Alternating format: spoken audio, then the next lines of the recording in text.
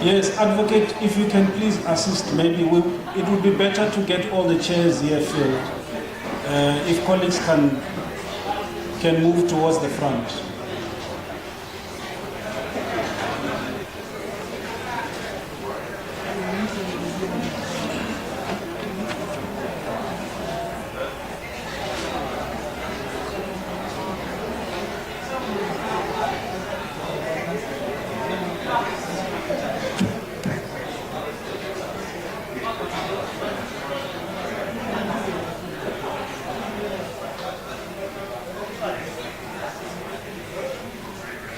Sanbonane.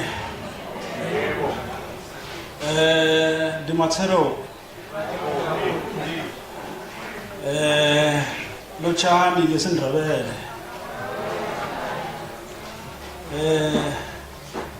Dumelan. The guy. Huyemore.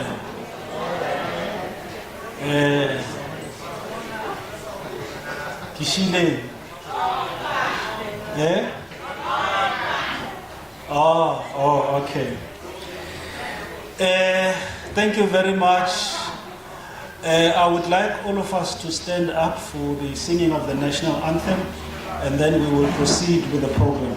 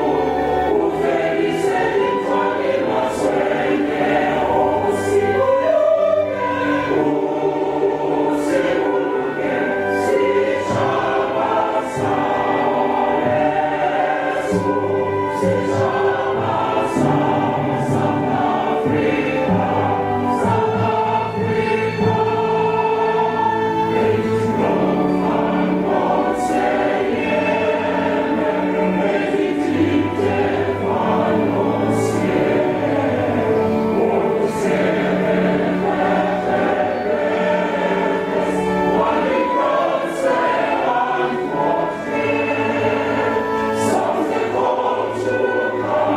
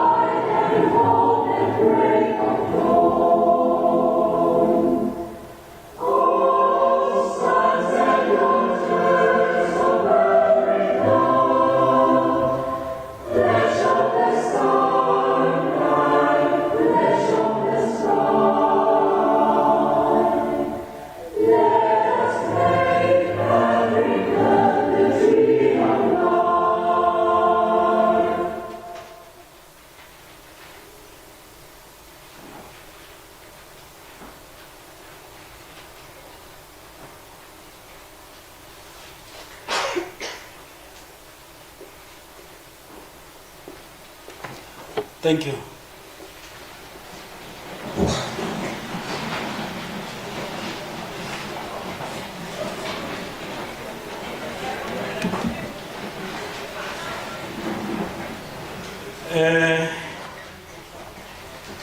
I would like to take this opportunity to recognize the Deputy Director General of Heritage and Preservation in the Department of Sport, Arts and Culture, Mr. Vusiteya Mbandima, the Deputy Chairperson of the National Archives Advisory Council, Mr. Nkatingi, as well as all the National Archives Advisory Council members who are here. I also would like to recognize a delegation from the French Embassy, our very close friends who have been with us for a very long time. We appreciate your presence. Distinguished guests, ladies and gentlemen, welcome to the 2024 launch of the National Archives Week. My name is Pule Nkekana. I'm the Chief Director for the National Archives and the Libraries Program in the department, and I have the privilege and the honor to help you traverse through this program this morning. And we will try our best to be the good hosts. So sit back and relax, and of course, listen to all the speeches that will be made here. We are extremely excited to have you here, and thank you once again for putting time aside to be with us today. But I also want to take this opportunity to just thank some of the partners that have been working with us to make sure that not only today but the rest of the week is a huge success. First, I would like to appreciate and recognize the Gauteng Provincial Archives. They have been extremely instrumental in making sure that today's proceedings are successful, but also making sure that all the events over the week are also successful. So thank you so much to the Gauteng Provincial Archives for coming on board in a true spirit of cooperative governance. Just when we started with the preparations of the Archives Week, the province came on board to say we cannot be left behind. So once again, I would like to say thank you so much to the Gauteng Provincial Archives. And then, of course, our next partner is the academic partners. An event like this you can't manage without the academic partners. And that is UNISA, as well as the University of Johannesburg. And Prof. Jacobs, I would like to say thank you so much. Almost the entire staff of your department has been involved and is involved in our own programs. From last year, we hosted a very huge regional conference at Birchwood with the support of UNISA and all the academics at UNISA.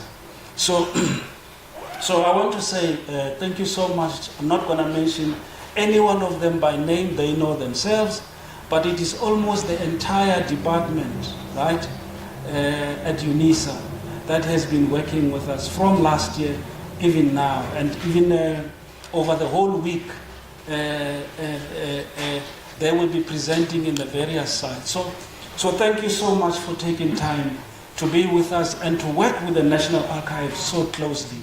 We are not taking that for granted, right? We really appreciate your time, and please extend our appreciation to anyone who may not be here. The University of Johannesburg is also one of our strategic partners. They're going to be hosting a seminar on Friday, but of course they've been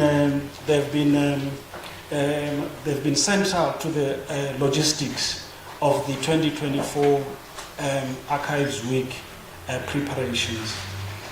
Last but not least is the Constitutional Hill Trust, who also came on board, and they are going to be hosting some activities and hosting the learners in Johannesburg at their venue there. And I would like to say thank you so much for all of you for being part of the 2024 Archives Week program. We really value this partnership, and I must say it is our intention as the National Archives to actually grow this partnership and grow it bigger and bigger.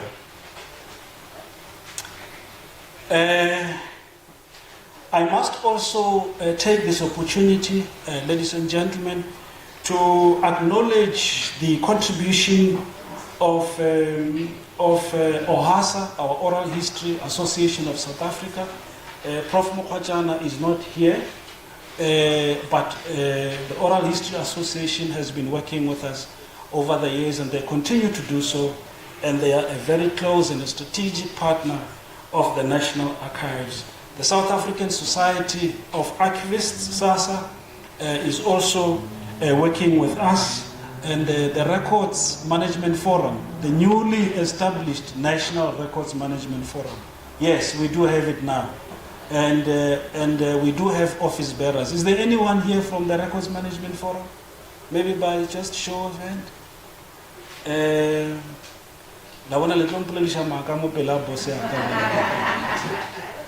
Oh, they are. There they are. Okay. So we have a newly established Records Management Forum that is going to be looking at the interest of records management across the board. And we have just recently met to elect the office bearers. So we're going to have foot soldiers across the board and champions of records management in the country. So I'm extremely excited about that. And then, of course, I also need to appreciate all the speakers that will be presenting not only for today, but throughout the week until Friday. I would like to say thank you so much, and you are welcome. Without your input, our program is going to be empty. But of course, our chief guests, and I would like us to give them a round of applause, is the learners. The learners. The learners from the 3 schools that are here, you are the chief guests. Right? And I'm really hopeful that out of today's program, you will take something home. You are going to be learning something about the National Archives. And maybe one thing I can do, just to make sure that you are paying attention throughout the program, I will be asking maybe 1 or 2 questions at the end of the program, right? At the end of just to check whether you have been listening. And maybe I might have a very good gift if you are able to answer. Né? So this is only for the learners, right? Only for the learners. The gifts are reserved for the learners only. So maybe 1 or 2 questions I might ask, and if you are able to answer that, I might have a very good gift for you, right? So you need to pay attention to everyone. All right. We are celebrating the National Archives Week at a very, very interesting time in our own country, right? We are celebrating the National Archives Week when everybody in the country is also digging very hard in the history of our country to find something relevant that resonates with their own views and perspectives, right? You know that we've got an election coming, right? And I must say, from where we are sitting, the National Archives is a very, very important institution that everybody should actually be using, right, to either justify or substantiate their views, right? And I'm not sure, maybe the question I should be asking is, are we doing enough as a sector just to ensure that everyone is aware of it and everyone is actually using it, right? maybe using it to formulate their own positions that are based on facts, that are based on historical truth, right? Because the National Archives and our records remain a true testament of our own legacy and our own history, right? So that's how central we are with the work that we are doing. Okay, but I'm not going to be presenting. I've got a lot of speakers here that will be talking and will be sharing with us quite a lot as we reflect on the 30 years of our democracy.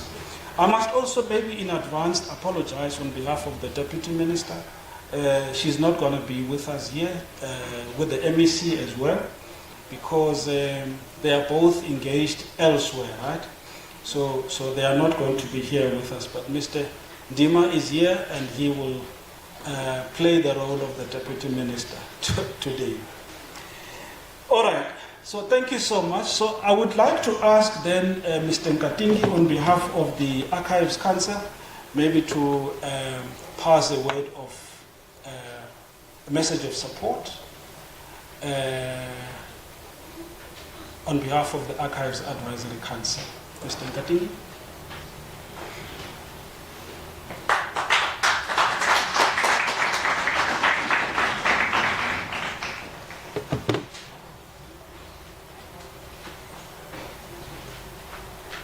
Thank you, Chairperson. I was looking at the program and I thought there are quite a number of people who are going to talk before myself so that I'll be able to grasp here and there. So it took me by surprise, but nevertheless, there are those old batteries called P10 and P9 ever ready. So I'm one of them. Greetings to Mr. Lima, to the program director, to my colleagues from National Archives Advisory Council. You see, this is a council that needs to be known, and I'll appreciate if they can stand up so that you can see the people serving under National Archives Advisory Council, whom I'm representing. With due respect, can members of National Archives Council stand up?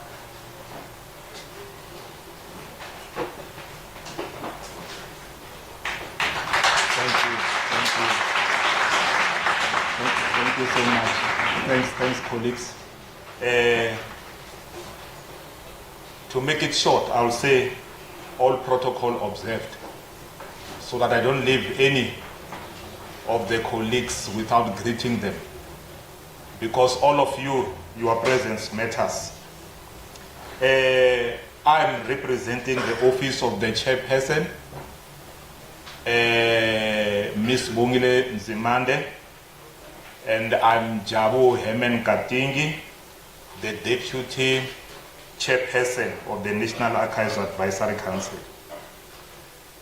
We all know that there is this council because it has been established through the National Archives Act 43 of 1996 as amended, section 6(1) of the legislation.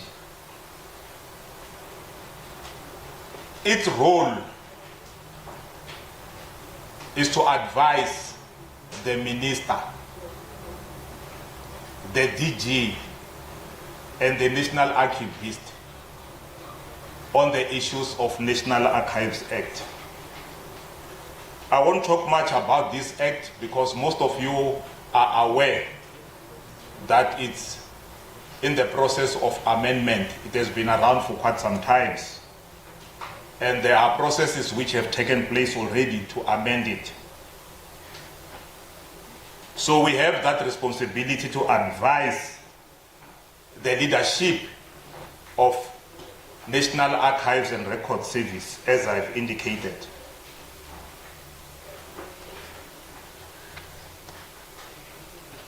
We support the decision taken by the Department of Sport, Arts and Culture to ensure that we market our National Archives and Record Service on a yearly basis through a project like this one, the National Archives Week.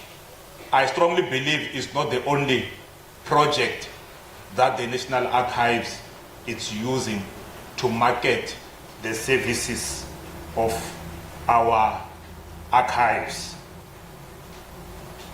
We need to ensure archives are known to our communities and also promote access to such archival records, because preservation alone without access, its mission not accomplished. We can't be happy that we are preserving tons and tons of records while those records are not accessible. Those records need to be accessible. They need to be utilized by our communities. They should be known to our communities. What type of records do we have? We have quite a number of documents, archival records, which are assisting the nation in totality on the issue of chieftainship, on the issue of land, just to mention few, but they do have quite large collection, not only the National Archives, but including the provincial archives. I was looking on the theme that says 30 years of democracy and state of records keeping in institutions. I wish we had 2 years to talk about this, because it will need minimum of 2 years, so that each and every institution can share with us, for the past 30 years, have you transformed? Are your records properly kept? Are they accessible? We need to check that. National Archives, you have a proper wing of records management that does inspections, that conducts inspections. You should be able to have a schedule or a catalog of government institutions and indicate how far are they as far as record keeping is concerned. And let this be public information so that institution can be able to improve. Because if it's kept as a secret, we won't be improving. If we can check some institutions, for the past 30 years, they are still where they are today. So as National Archives Advisory Council, we are making it a point that we are taking our responsibility seriously. We need to check our present status in line with 4IR. We need to check our infrastructure if they are compliant as far as 4IR is concerned. And if I may ask some of the colleagues by just pointing here, what is 4IR? Some of them, they don't even know what is it at this stage in life. But I don't blame them.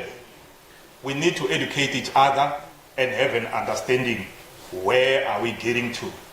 We need to check our infrastructure, National Archives and Provincial Archives and other institutions, so that it's our infrastructure relevant to 4IR. The relevancy of archival collection that we are having, is it relevant to the community or the country?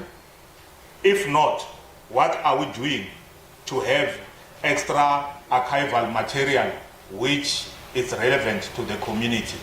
And that can be done, and I think is taking place, because I heard Mr. Kekana talking about OHASA. Through oral history, we can be able to fill the gap of our archival collection that we should take very serious and move as quick as we can. Because unfortunately, with oral history, if you don't attack it immediately, we might lose those people with that knowledge. And obviously, our archives will always have a gap. So we have to conduct oral history. Again, we should be looking deeply, as we are doing as National Archives Advisory Council, on the issue of staffing of National Archives. Do we have enough staff? The answer is no. We don't have enough staff here at National Archives, let alone the provincial archives. What does this mean? It shows that we are not taking our archives and records service seriously. That is the reason why, if you look at staffing, it becomes a serious challenge. How can you expect less than 30 people to be running National Archives? That is not doable. How do we expect less than 10 people to be running provincial archives? That is not possible. So it means we won't be able to fill the gap of our archival collection, and we won't be able to preserve the records that need to be preserved. Don't forget, without proper records management, there is no archiving. The two talk together. You should have records management which is in order so that the records can be transferred to archives with enduring value, not each and every document. But if the documents are not there, then we have a challenge. So the things that I'm busy indicating here is to show that as National Archives Advisory Council, we do have an agenda to ensure that at the end of the day, we have proper records management and archiving at National Archives and also in our provinces. Colleagues, we can talk and talk and talk, but the issue of budget. If we don't have budget, we can talk about 4th Industrial Revolution, 5th Industrial Revolution. We can talk robotics, we can talk whatever term which is available as far as 4IR is concerned. But if we don't have budget, we'll keep on having gatherings like this. And when we check, we realize we are not moving because we don't have budget. So we need to ensure that we have a mechanism that will make money available for this sector, so that at the end of the day, one day we can have a grant that will be able to make this profession known to everybody. I'm so lucky because no time frame was kept to me to say you must talk for this long. I was just given opportunity, so let me enjoy it.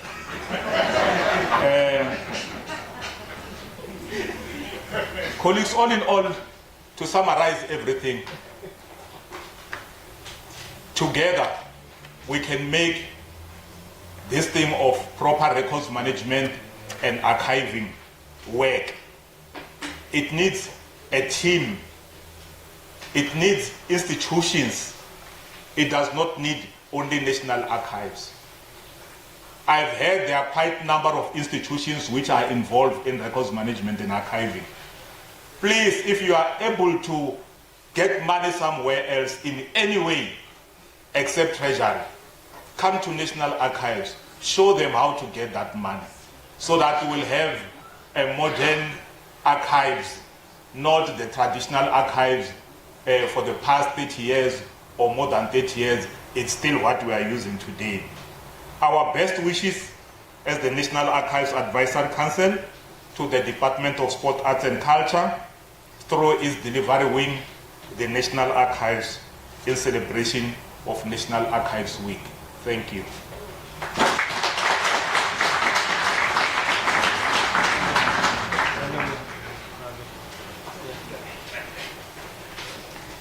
Thank you very much, Deputy Chairperson. I cannot give you time limit because I know that you need enough time. Every time you speak, you need at least an hour or so, and I know that very well. But thank you for emphasizing the point that on our own we can't really make it.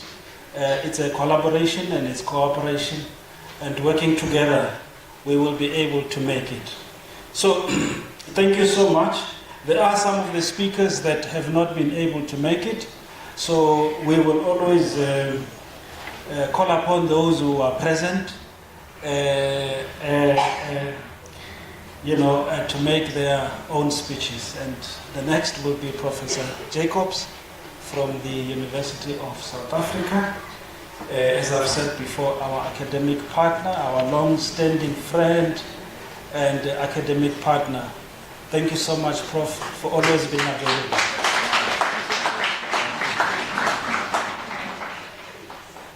Good morning, ladies and gentlemen. Mr. Kakana, how many hours do I have? Ladies and gentlemen, I'm also going to say all protocol observed. It is wonderful to be here with you today, to be part of this celebration. 30 years of democracy, 30 years of archives and records management in our new democracy. I don't know how many of you know, but last year we also celebrated 150 years of UNISA. Lovely. Our celebrations are still continuing till the end of June this year, so we are celebrating it, and we are celebrating the 30 years of democracy within that 150 years. Colleagues, in the Department of Information Science has been around for a good 75 years of that 150 years, and within that context we have been offering archives and records management qualifications for at least the last 50 years. So we have made our contribution to the industry. We have tried to develop many of you. Can I see how many of you come from UNISA or have studied there? Oh, lovely, lovely. So we have got a whole alumni here of UNISA students today. That's wonderful. Colleagues, and that is what makes the difference, is we keep on evolving, we keep on developing our qualifications, we keep on trying to make sure that they align with new developments, especially where the AI for the fourth industrial revolution, the fifth industrial revolution comes in, and how we can help one another to develop and to make sure that our archives are actually available to communities out there. In addition to the qualifications that we offer, which is a national higher certificate, a B degree, a master's, or first of all, a lovely honours degree. Those of you who's busy with the honours degree will know it's very progressive. Master's degree and a PhD, and there's a couple of PhD students here. I know them because they're mine. So we are working very hard to get new information out there. But in addition to that, what we're also helping with is our projects for the communities. And in that context, we have wonderful community engagement projects in terms of storytelling, development, and to get the information from our young students, those ones that's out there at the back, who's listening so carefully, and who's going to get the prizes. I hope it's one of you there. We are trying to get the stories of your grandmothers, your grandfathers, and we are trying to get them written up so that they can be part of prosperity for all eternity. And that is very important, because if we lose the messages of those generations, we are going to lose a whole bunch of heritage that we currently do not have written up somewhere. In addition to that, we also do projects where we go out to the communities and we try and tell them about the archives, the programs that Professor Rombe and her team is involved in. So from our side, we would like to thank you for making the celebration available, to having us here, to working with us in partnership so that we can put everybody, and especially this archives and records management industry of ours, on the platform.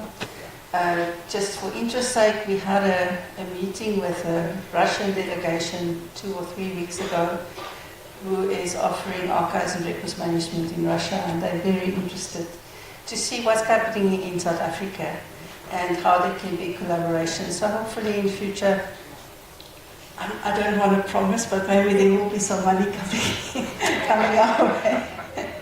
But from my side and the side of the department, we wish you all the best for this week. We know it's going to be a huge success, and we are always there behind you to teach and to support and to guide and assist. Thank you.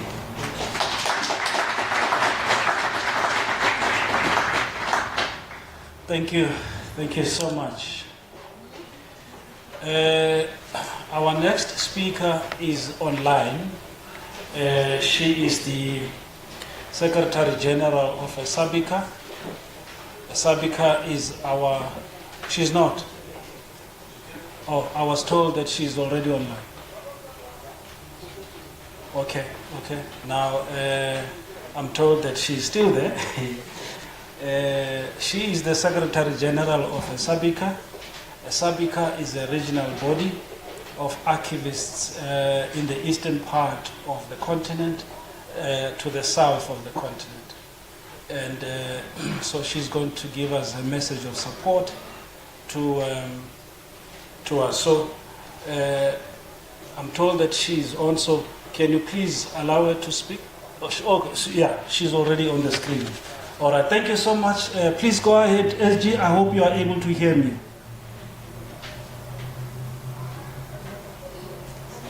Can you please unmute her? Can you hear me? Yeah, we can hear you very well. Please proceed. Thank you very much, President, and good morning, everyone. All I can say is all protocols observed. First of all, I'd like to say congratulations to South Africa for the 30 years of democracy as well as 30 years of good records management. Representing South Africa as the Secretary General, I'm just saying congratulations once again. We look forward as a region to keep on learning from South Africa. And maybe to start with, I would like to extend my sincere gratitude to South Africa, National Archives in the country at large, for successfully hosting a SABICA last year in August. It was really a success, and the dedication that was shown by professionals from all sectors in South Africa. The successful host and we anticipate for continued support and working together as a region, and we also intend to learn and keep on learning more from you. I also saw somebody from UNISA. We are grateful for UNISA. Both even in Zimbabwe, we also have a lot of professionals that came through UNISA. So those types of collaborations, we are saying in South Africa, we thank you for that. And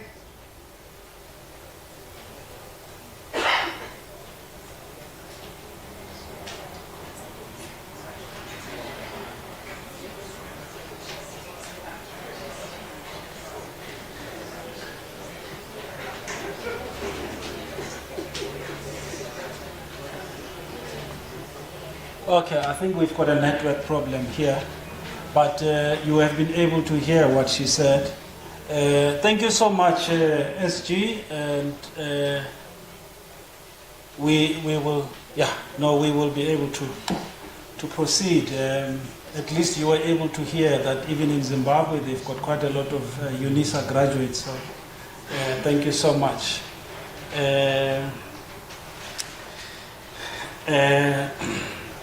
And I hope you also heard that she was saying, Mr. President, thank you. Ne?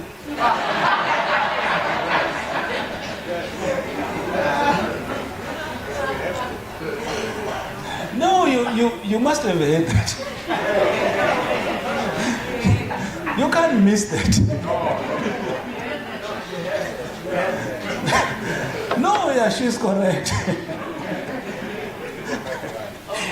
But otherwise, colleagues, thank you very much. I will now give an opportunity to the Records Management Forum, and I think it is represented here by Alfred Dolamo. So thank you so much. Is Alfred here?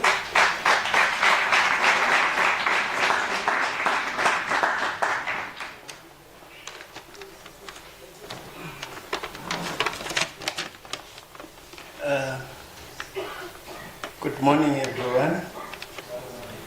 Let me take this opportunity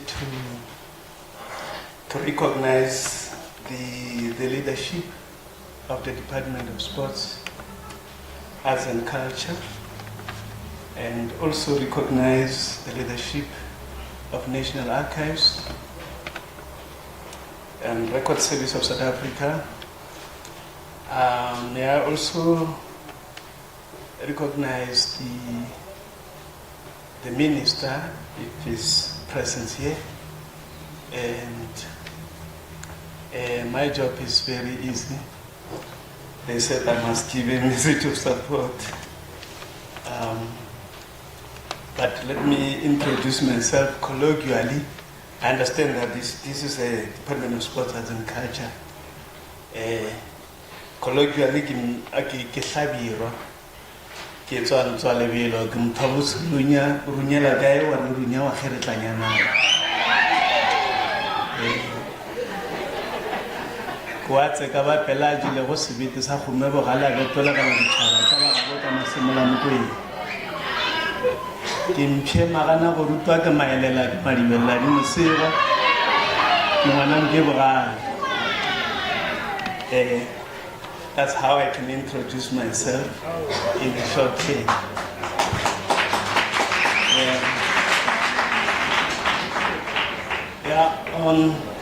On behalf of Records Management Forum, I'm delighted to offer a support and congratulations to all those celebrating Archives Week.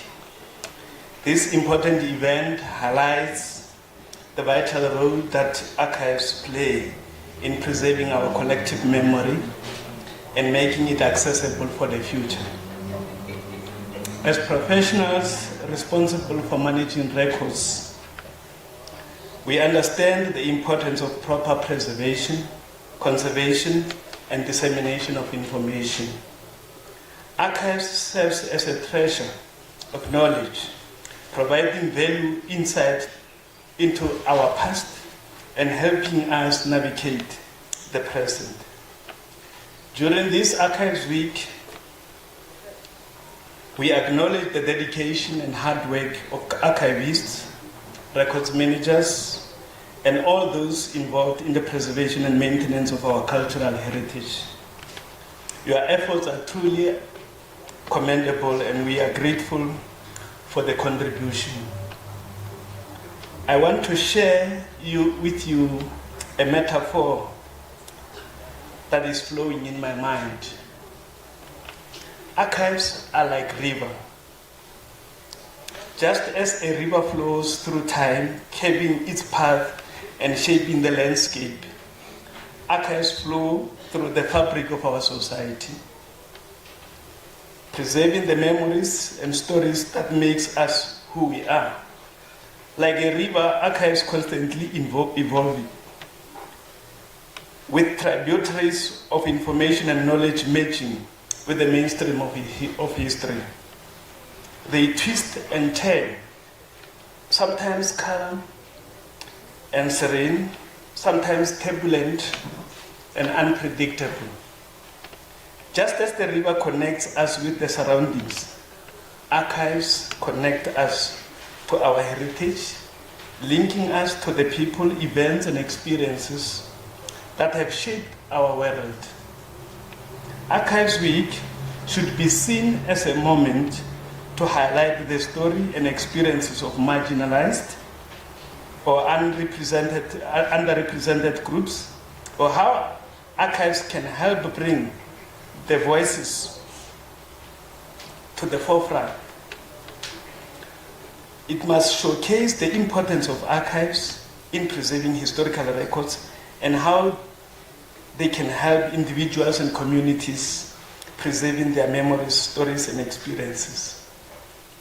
They can be done through exhibitions, display of archival materials, workshops, lectures on archival preservation and management, community events and outreach programs to promote the importance of archives, social media campaigns, online exhibitions to reach a wider audience, collaborations with other institutions and organizations to promote the value of archives.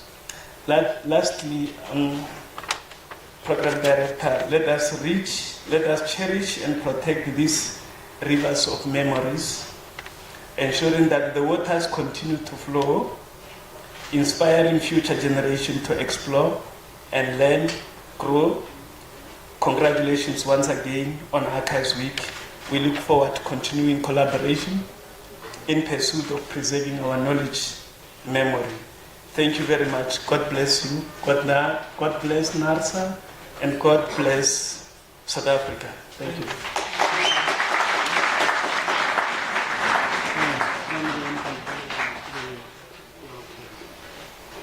you. Thank you so much. We do appreciate that.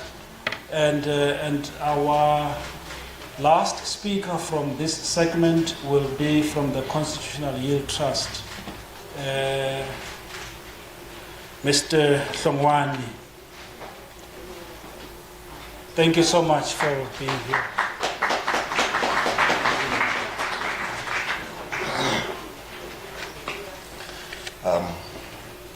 Good day, colleagues. And I must also say, like they said, the previous speakers, all protocols observed. I can't stress enough how excited I am to be actually part of this awareness campaign about the archives. I think firstly, to start, maybe just to give a bit of a background, this time around I'm not introducing myself, but just introducing Conhi. Who are we? I'm just stealing your airtime, program director, just for a minute to promote Conhi. But in relation to the archives, so one understand how, as a museum, we then being relevant in this. Cornelia, as an entity that is there in Johannesburg, is a museum. It's one that is a beacon for human rights. It's there by the Constitutional Court. Constitutional Court basically is one of our tenant or residing entities within our site.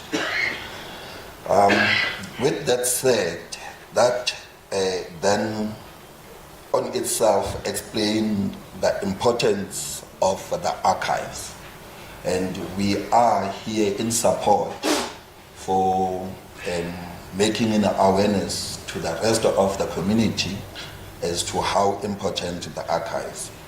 We start archiving from information that came, of course, from historical, how it had affected us in the past, but most importantly, how we then use that information to tell a story and also influence how, as a country, we should go forward as a rainbow nation.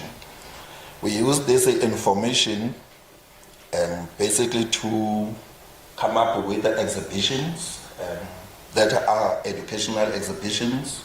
As I indicated, you will also take a tour in that museum that tells that story. We also come up with educational programs. In these educational programs, we also work with the schools, and I'm excited to see them here because we also see them as the future of our country, how important to share the message of where we come from, but how are we moving forward as a country. There's one of the previous speakers, program director, that also highlighted the capacity constraints around the archives. I can tell that we also suffer from the same. We believe that this sector is not being paid enough attention to, and it's quite urgent that we close that gap. But I think once we put our voices together, then we can send the message louder to whoever can help us. So, having briefed ourselves about how we come in with the role of these archives, the information that we are generating, and we're happy that we still make history even today. Just to mention, we know in this month, by the 29th, we must all go on the polls. That's part of making history in the making. So we are here to say, basically, we are excited to be amongst the museums that are around, but that this department has been working with us and will continue being in support of this department, collaborate with them, in particular about also making archives being known in the public and those that visit Conhim. We just need to keep sending the message about the importance of the archives.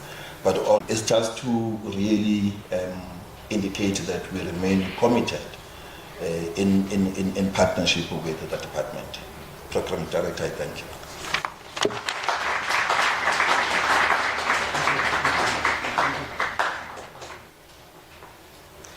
Thank you so much. We really and truly appreciate it. I know from last year also you were part and parcel of the Sabika conference, so we really value the partnership that we have with the trust. I see on the program it says a performance by Clapham High School, and I'm quite sure that the learners are ready from Clapham, right? You are ready? Are you ready? Please come forward. Please come forward.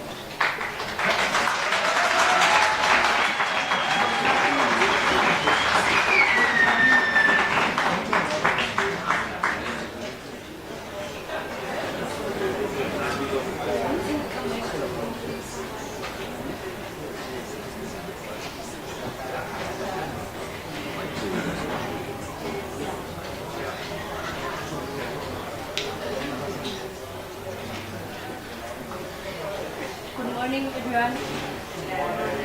My name is Gundum Bepo, and I'm here. We're also here on behalf of Clapham High School.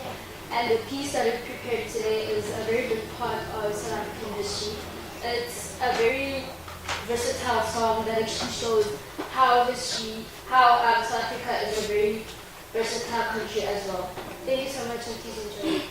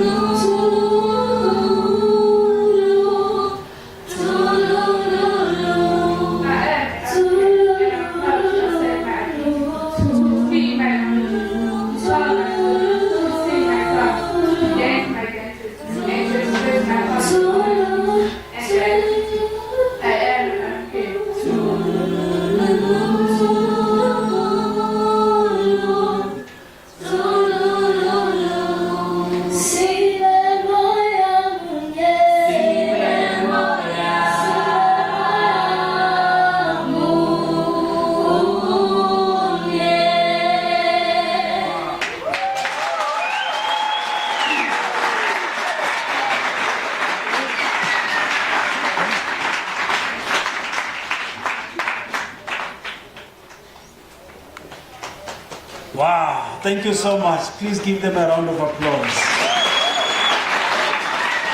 Thank you, thank you, thank you. I'm quite sure that you will be giving us more, right? At least 2 more items, ne? Yeah, no, she's in agreement. Thank you so much. Our next speaker is also online. Is Professor Mukhwajani. Can I just get an indication? He's okay? He's online. Okay. Prof. Mukhwajani is the president of the Oral History Association of South Africa. But I must also make a declaration that, you know, there are some people that have got the advantage of seeing you grow up, right? And they also contribute to a very large extent in your own upbringing, right? And in your professional life, you also find that they are still able to give you guidance. So I want to hand over to Prof, not only as the president of the Oral History Association, but also as my former high school teacher.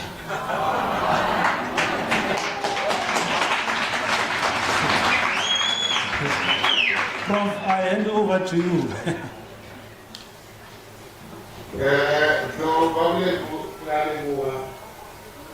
Good morning, colleagues. Good morning, everyone. Not sometimes they disclose certain secrets when we thought we would keep them. All right, I'm very thankful for the introduction. You feel flattered when they introduce you in that manner. And the raise an expectation and the bar is very high.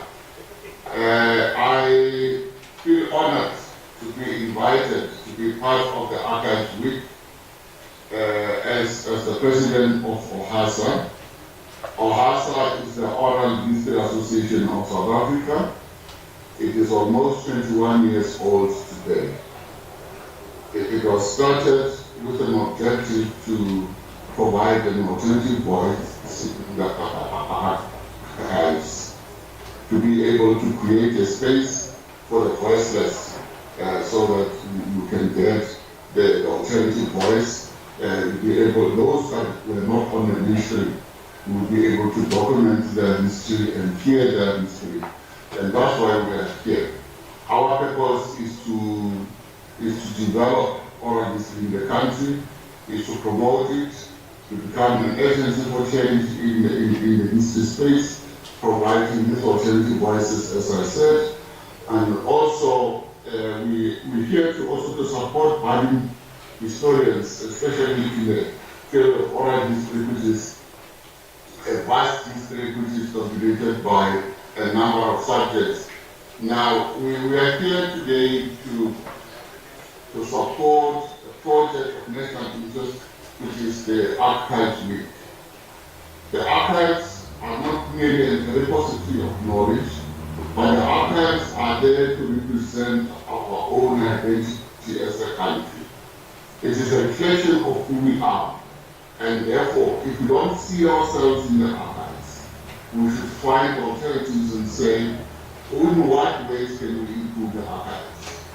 The Archives Week, for me, is a platform to promote the archives and to create awareness for our communities to address role and place of archives in the country. Because we come from an era and the archive representing a narrow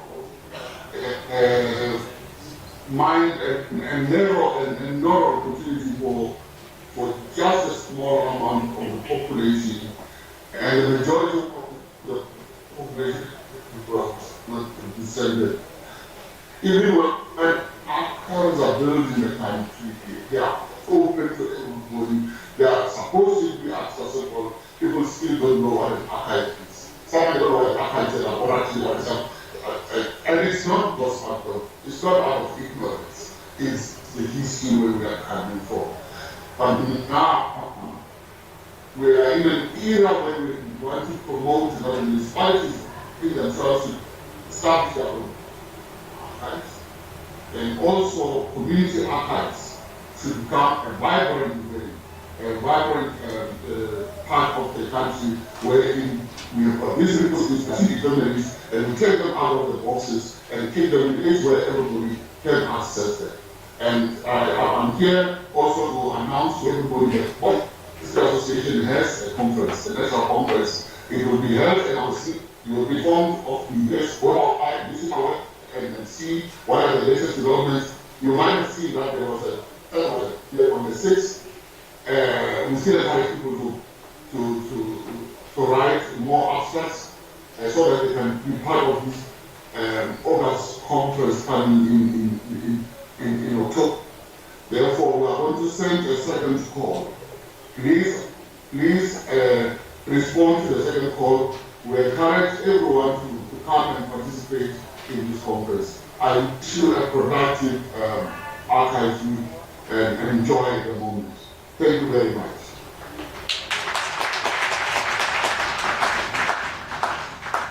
Thank you very much, Prof. We really appreciate it. Okay. Colleagues, we will now move to a second segment where we will get special presentations from special people with the special skills and the special knowledge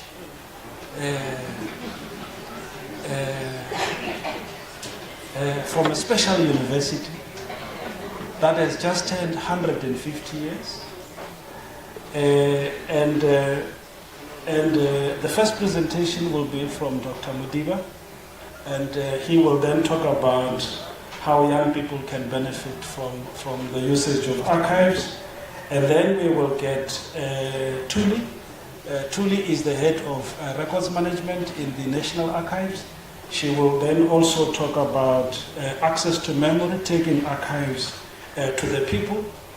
And then we will have the last presentation from Salga, where Mapifo will then be talking about records management issues from Salga's perspective. I see there's a thumbs up, so can we then proceed in that order? Okay, means the arrangements, the technical equipment. So you will then be first, and then I will ask Tuli to come after that. Thank you so much.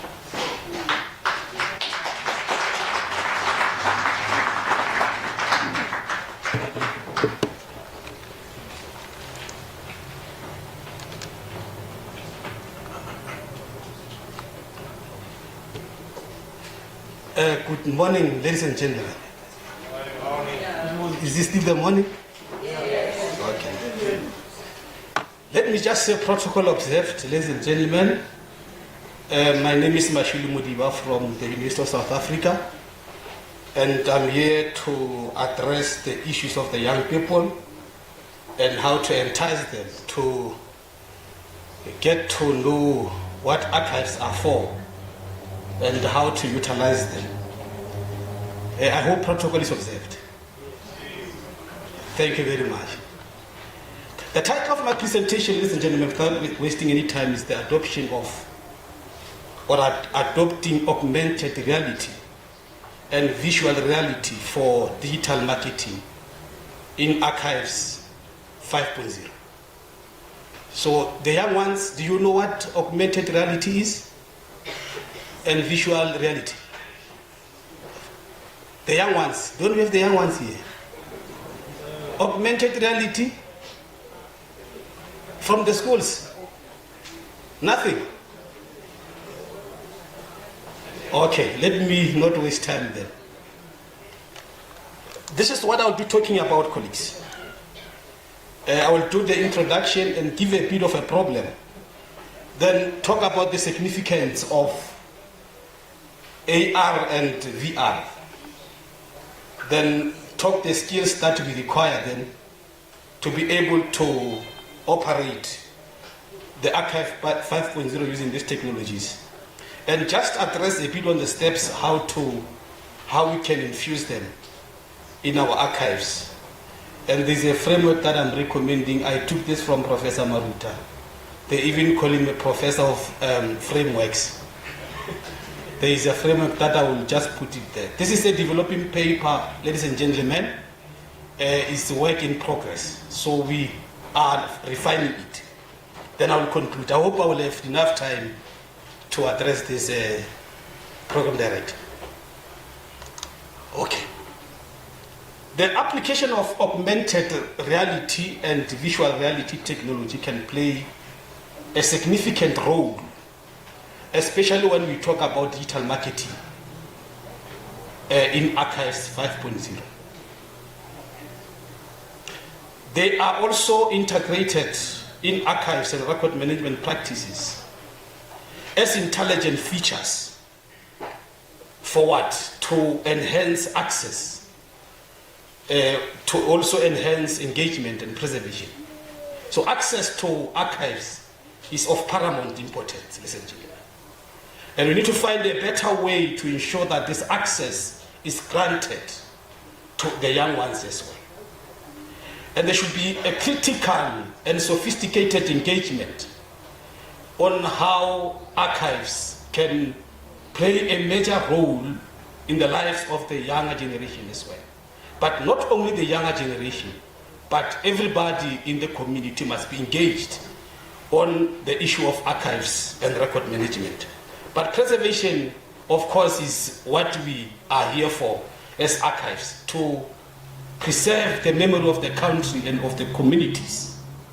When I talk about AR, not AI, for a change, I know I talked a lot about artificial intelligence, cybernetics, and robots. Today, I've just changed gears, so it means the National Archives is been left behind. So we need to make a plan there for implementation of what we talk about. This is an intelligent technology, ladies and gentlemen. That is the augmented reality that overlays digital information such as your images, your videos, text on the real world environment. So when you see it, it's as if you are seeing something that is very real, even if it is not that real, because of this technology, augmented reality. That users typically view, you can just view this digital content through a device like your smartphone, your smart laptop, So everything must be smart, because we are talking about smart archives for smart users. You see, so now you need smart technology for you to be able to engage in this particular realm, which integrate visual elements. So this is visual. I don't know. It's just that when I asked who knows what visual reality is, I did not get agreement in the audience that at least they know about it. But there's a video at the end that I hope we'll have time to play it, so that colleagues can just see what we're talking about when you talk about this visual reality and augmented reality. For marketing, of course, and for access, of course. That these visual elements are integrated with physical surrounding in real time. So it becomes easy now, it becomes possible for even the young ones to be attracted by such services. Because if I can just off-ramp a bit, if you want to know what I'm talking about, go to malls where they play games. There are visual reality games there. You enter into that room, then they put you the augmented classes or the visual classes. You start to see movies. You see children running as if they are scared of what they see from the spectacles that I'm talking about. That's what I'm talking about, ladies and gentlemen. Can I get a round of applause? Thank you very much. Now, the VR creates a massive is intelligent. It's emerging. It's innovative. Computer-generated environment that users can explore and interact with. Imagine we have got this thing here at the National Archives. And what I like about this thing, you can take it to the malls. You can take it to the schools. When you don't have to talk to them. These young ones, you put it there, you say, come. You will see a queue as if they are going for 350 that we get from our president. That's what you talk about. So it involves wearing this head-mounted display. These are the augmented reality glasses that I talked about. That tracks the user's head movement, allowing them to look around and navigate within the visual space. So it gives you a visual space. So in Archives 5.0, ladies and gentlemen, AR can be used to provide additional content or context, explaining or multimedia explanations or multimedia content related to archival material. So in the context of archives and record management, this technology can digitally transport users to visual replicas or archival spaces. Digital, you're sitting down, but you are digitally on a tour. Do you get what I'm talking about, ladies and gentlemen? Thank you very much. So you are on this particular digital tour. And users can explore digitized collection, exhibits, or environments in a full immersive manner, in an intelligent manner, enhancing the understanding and engagement with archival materials. And that is what we are actually here for. Not only those things, colleagues. You can also have your educational experiences. You can have your storytelling. You can have your training. You can train users. You can train colleagues on how to access and utilize archival material and collection through this augmented reality and visual reality technology.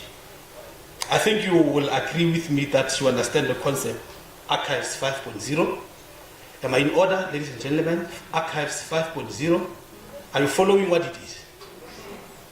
I don't have to talk about it, right? And you understand digital marketing as well. But Archives 5.0 refers to evolution of archival practices in response to technological advancements. When we adopt these 5R technologies, when we talk about this AI and this augmented reality and visual reality technologies, when we enhance them, when we adopt them, that's us building up to Archives 5.0. That is why now we are talking about the Society 5.0. And we need to have the skills and the intelligence to also accommodate the Society 5.0. That's where we are going. We are not walking backwards, we are going forward. So that issue of the resources, that issue of budget, monetary, is very important so that we can move on. With times, of course. Then when we talk about digital marketing, we are talking about a wide range of online strategies to promote products, services, and information. So in our context, we talk about utilizing innovative approaches to manage and promote archival content through intelligent technologies, focusing on collaboration between human intelligence and artificial intelligence. We have landed in the 5IR, ladies and gentlemen. We are no longer talking the 4IR. Once we start talking about the AI chatbots, that is the collaboration between human intelligence and artificial intelligence. And that's in the 5th industrial revolution, not in the 4th industrial revolution. So this collaboration is very important, and what will make it possible for digital marketing is AR and VR technologies. I think we can assume or speculate the problem. The problem is that there is lack of radical digital marketing of archives. And we are still marketing manually. Am I in order, ladies and gentlemen? Is that what we are doing? Perhaps I'm not being realistic. Everything is manual, right? Yes. Marketing is manual. Yes, that's where we are. And this detach from the young ones. So that's a problem. And we want to bring them on board. How do we do that? If you want to bring them on board, you must adopt the emerging technology. And they will come on board. Like I said, you don't have to say anything. Put this system at the entrance of any mall in Pretoria and see as they come. We should take archives to the public, to the people, to the communities, to the schools. When I go talk in some other radio stations, ladies and gentlemen, when they want to tell people that I've got an archive qualification, they say I've got an achieve.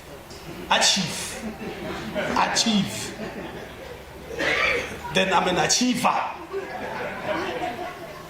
But simply because they don't know. Some came for the first time, came across this concept because I'm going to talk there. Then it becomes something else, isn't it? So we need to educate the public about this thing. So that's the problem. Hence, here I'm saying the public know too little about the archives and their services and their importance. And that is why we need to change our mechanisms. We need to start adopting and applying these technologies so that we attract even the younger generation. And these intelligent technologies, I'm referring to AR and the VR. That is the augmented reality and the visual reality technology. It has got 4 or 5. I just took this other one out. But the purpose, ladies and gentlemen, is to investigate the adoption of AR and VR technology for digital marketing in Archive 5.0. I'm sorry, I'm a bit academic. I was supposed to take these objectives out just to shoot to the point. And let me just do that. I'll start addressing the significance. Why is it important for us to start looking into this technology? If you don't remind me here, I will be done when I remember. But that's where we are. That's where I am. The following the significance of AR and VR tech in Archives 5.0, the visual tour I talked about. When students visit the National Archive, for example, from either the communities in the rural or in the urban areas, when they arrive here, you don't have to take them from one floor to another. It's tiring. I mean, you'll be tired after that. Who want to be walking around and with high heels for that matter? People will even collapse. You need water after that. That's a thing of the past, ladies and gentlemen. We don't want to do that anymore. And the leadership is smiling here. So what we must do is to set up this AV and VR station. And they come one by one. Or we can accommodate as a group. And they're able to explore the whole archive sitting down without sweating. You see, the 5IR, we work without sweating. We work smart. Because we are smart archivists. Then we need smart audience. We need smart users. Do you get my point? Yes. Am I in order? Yes. Am I speaking for the profession? All right, I see the hallelujahs there. Again, another significance is that is the interactive in exhibit. Interactive. People must participate. People must be fascinated. And this technology will bring that element of fascination and interaction. And we must develop it. Develop interactive exhibits using this technology that overlay digital content into physical archival material. Those who have got smartphones, they don't have to, focus on what you are telling them. They can on their own follow or view the archives on their smartphones using the AR glasses, of course, or even on their smartphone using the app that we provide to them. Storytelling. I'm told archivists are storytellers. I know Professor Sarombe is one good storyteller that I know. Even Professor Jacobs. Are we storytellers, archivists? Are we storytellers? Or storytelling is in our libraries? I know they specialize in storytelling. We need to develop storytelling qualities. If we want to take archives to, because the other challenge that we might be having is that we don't talk archives to young ones, to toddlers, to children. We need to keep them from there. Why are the libraries going to these institutions where they have got very young children to start inculcating the culture of reading? Maybe you need to start talking to them about archives so that they grow knowing these things. Let me rush a bit. You can also incorporate social media into your AR and VR. So the short clips that Dr. Machochwane is doing, very soon he'll complete. I'm anointing him, I'm blessing him. The short clips that are generated by this technology can be shared on social media. to say we have hosted students from this school and these are the short videos and they are shared there. This will engage with the general public, the general audience, so that now people will start talking about this particular thing. Last time I talked about Smart Archival app in the ESABICA conference. It can also be embedded. Why? It must allow access. We must be able to track and trace records.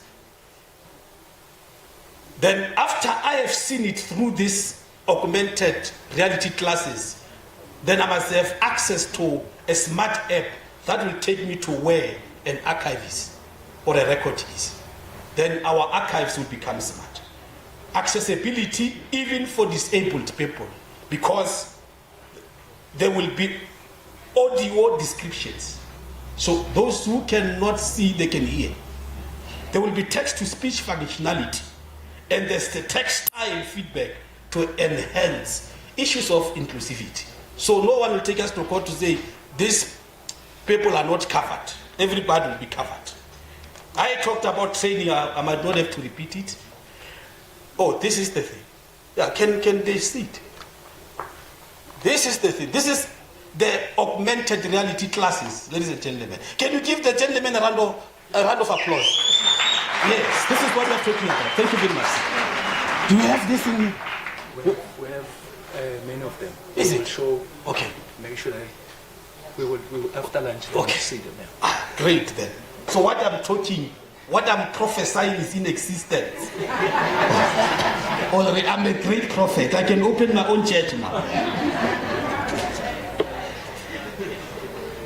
Marketing campaigns. You can do marketing. I think I'm talking about marketing right now. You can do marketing. Colleagues, this is very important now. Capture this one. Visual replicas. They are rare documents, scarce documents that might not allow the public to have access to. Right? Because after this, we have nothing. If it can get damaged, then it's finished. Now you can use this particular technology, because this technology has the 5D intelligence scanning technology. So you can now give access to the public to this rare archives, rare documents through this particular technology. Then you keep your scarce document away from the public. What are the skills? We need skills, we need training. Now that's where Professor Jacobs comes in as head of the department in one of the biggest continental LI school that carries only the name of the university. That is the University of South Africa, right? We carry the name of the country rather. That is the only university carrying the name of the country. You can imagine. That's how big UNISA is. We need the technical proficiency, the technical skills. We need to attend, they call it digital literacy. How to utilize digital technology. So such skills are needed. Such skills are needed. Are we possessing such skills? We need digital literacy skills. We need to understand the basics of AR and VR, the software, the hardware, the requirements, and the user interface. How are we going to train people to have access to such technology if you don't know anything about it? That skill is very important. We must also be able to create our own content. We must create or develop our own content.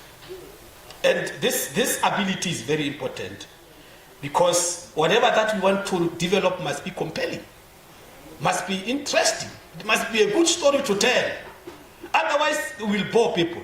Even if we are using the smartest technology, but people can be bored. Then digital asset management, we need to have the skill to manage our digital asset. It's very important. So to ensure that when we need these resources, like they just did now, I spoke about it, they delivered it. So, which means the digital asset management skill is there. Once we need this, it must be provided. Collaboration Collaborative and communication skill. I mean, we need to engage with the public, we need to engage with the software developers. And normally, colleagues, when I talk about this kind of things, I always stress that ICT mustn't treat us otherwise. We need to be part. They mustn't just bring technology we don't know, that we are not part of it. So we need that relationship so that we give them the right specs. Otherwise, we are going to have a technology that is going to be a White House.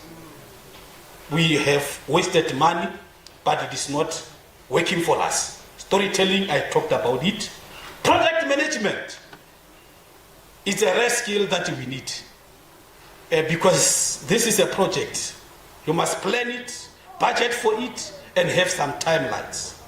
Then you must also have the community engagement skill and education skill so that you are able to create this educational content and help others understand what you are trying to achieve. I think I'm about to land. The cabin crew must prepare for landing. We are landing very soon. What are the steps?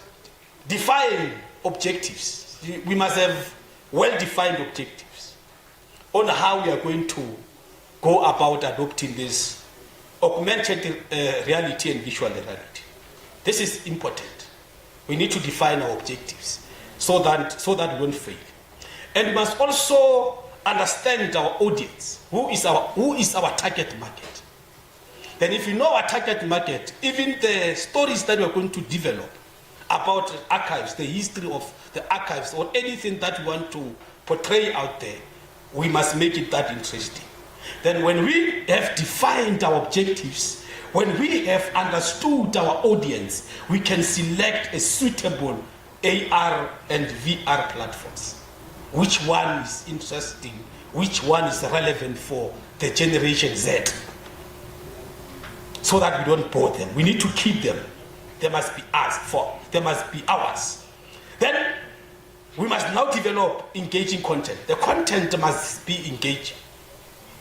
It must be compelling. Nobody must resist it. Then we integrate this system with existing marketing channels. Where do we put it? You can put it on your web, on your social media, and on your mobile apps. That's where you can decide to put it. And marketing must be across all channels. Go to radio and talk about this thing when you talk about archives. Like this week, we must talk about this kind of things. Visit the schools, visit the universities, and visit the malls so that people are aware of what we are having. Training is very important. We must be trained so that we can train others. And we must also look for feedback. As they engage with this technology, they must give feedback if it is working so that we can improve where we need to improve. And we must continue researching. We must continue researching so that we keep on improving our systems. We as researchers, we are trying here. But the practice, that's where things are delayed. And we need to fix the practice because it doesn't help to talk and preach about these things and nobody implement. So it's very painful. Then you measure your ROI, that is your investment, and there's always a return on investment on such things. This is the framework that we are drawing. Where is it? It must be this side now. Yes, that's the framework. And this is what I hope this AR and VR technology can do, is connected to the app that I talked about for access, for tracking, for tracing of archives, and for even taking the same documents to our own desktop. And once we have it, then on the records, archival records and the services, we talk smartness now, because everything is just in your hand. So no need for working in the archives, especially with the clients. Digital literacy is very important. You can provide training. You don't have to go attend training anywhere else. You can have this thing and conduct training for your staff. So that's, I mean, if you check other industries, for example, soldiers are using it for training. They give you this AR classes and a gun, and you start seeing people, you start shooting. That is training, how to aim an opponent. So there are many people that are utilizing these things. I think I made justice to this. I just summarized what it is. Then in conclusion,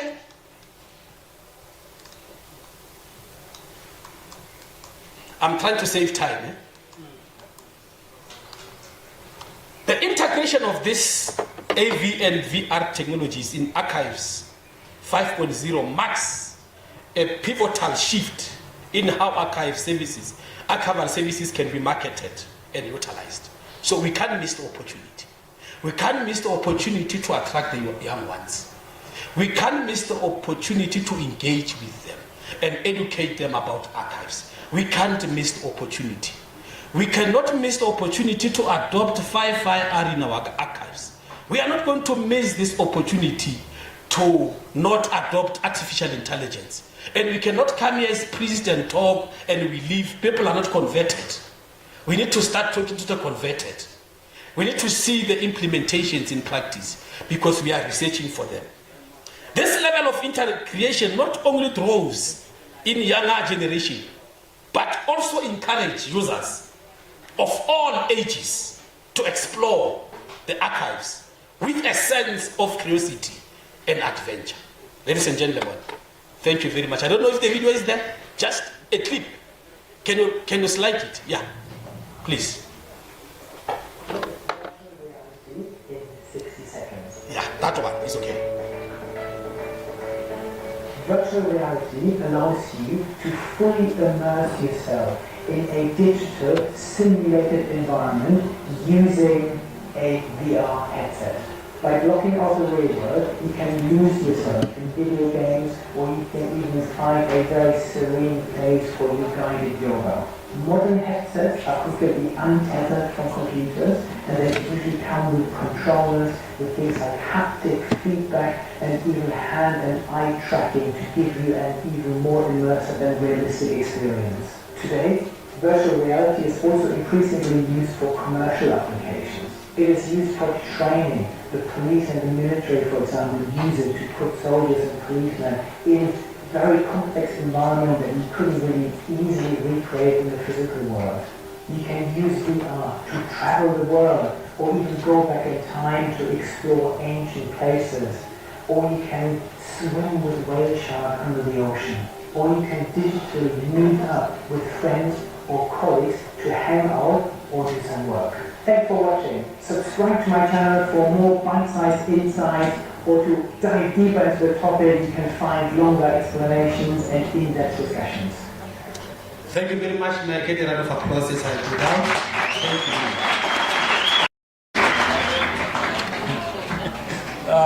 you. You can give it to him again.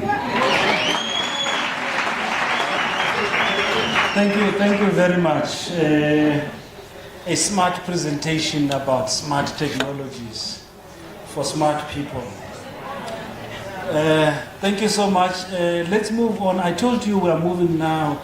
We're moving a little bit fast, and as I said, we are now in a very special segment, right? You need to pay attention. So I will call another special person. Tuli will talk about the access to memory, and as I said, she's in the National Archive. So Tuli, please come forward.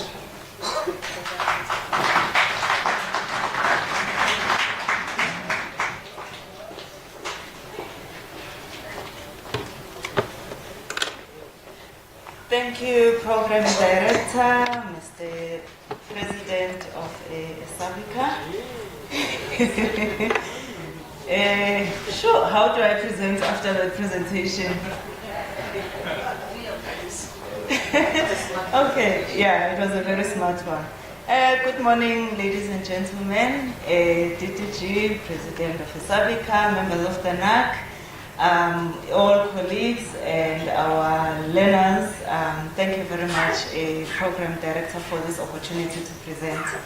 My name is Tuli Lemekwana, as the program director has indicated, and I'm here at the National Archives, responsible for regulating the management of records in the custody of governmental bodies. So my presentation is going to be about access to memory, taking archives to the people through the NES. So to some extent, Dr. Modiba, we have been working a bit smart as well, taking our archives to the people. Okay, that is just the outline of the presentation. If I can just get straight to it. So the reason why we have the NES is because of Section 3E of the National Archives Act, which requires that as the National Archives, we must maintain the National Automated Archival Information Retrieval System, where provincial archives must also participate.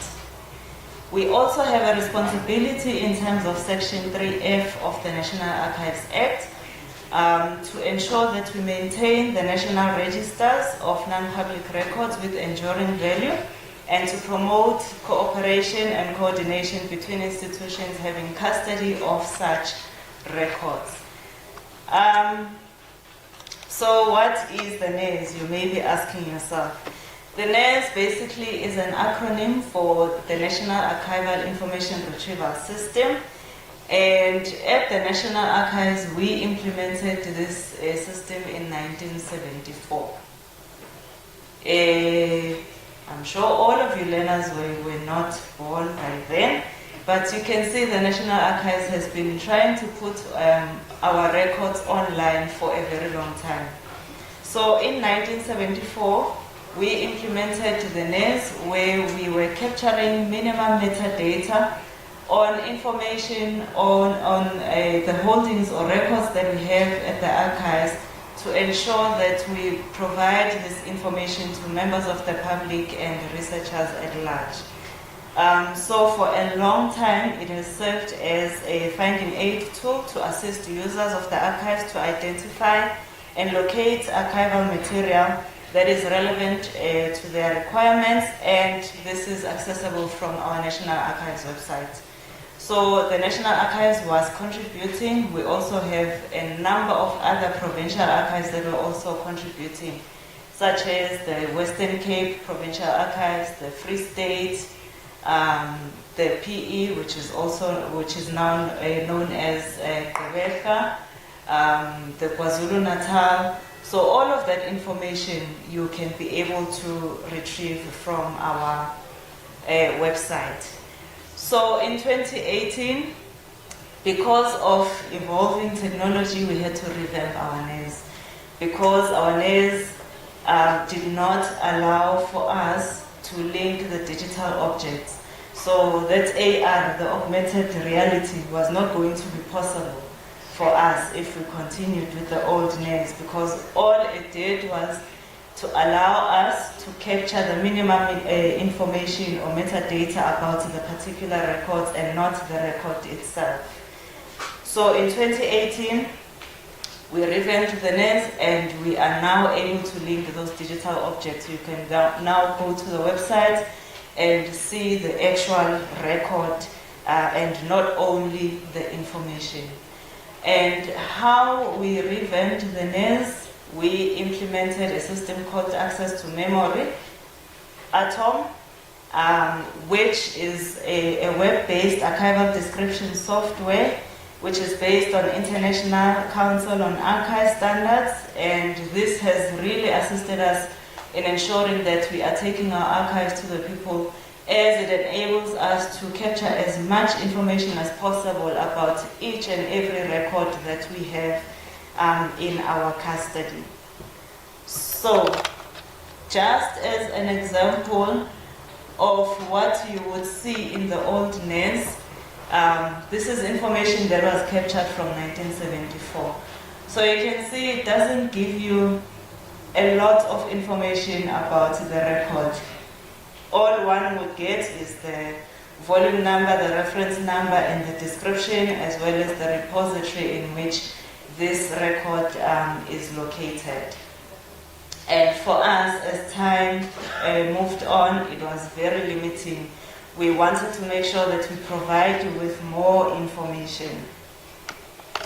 So the differences between the old NES, which is in the previous slide, and what we have in the new or the current NES in Atom, mainly it's the metadata. The metadata that we were capturing in the old NES was based on WNCore, which is very much useful in the library environment.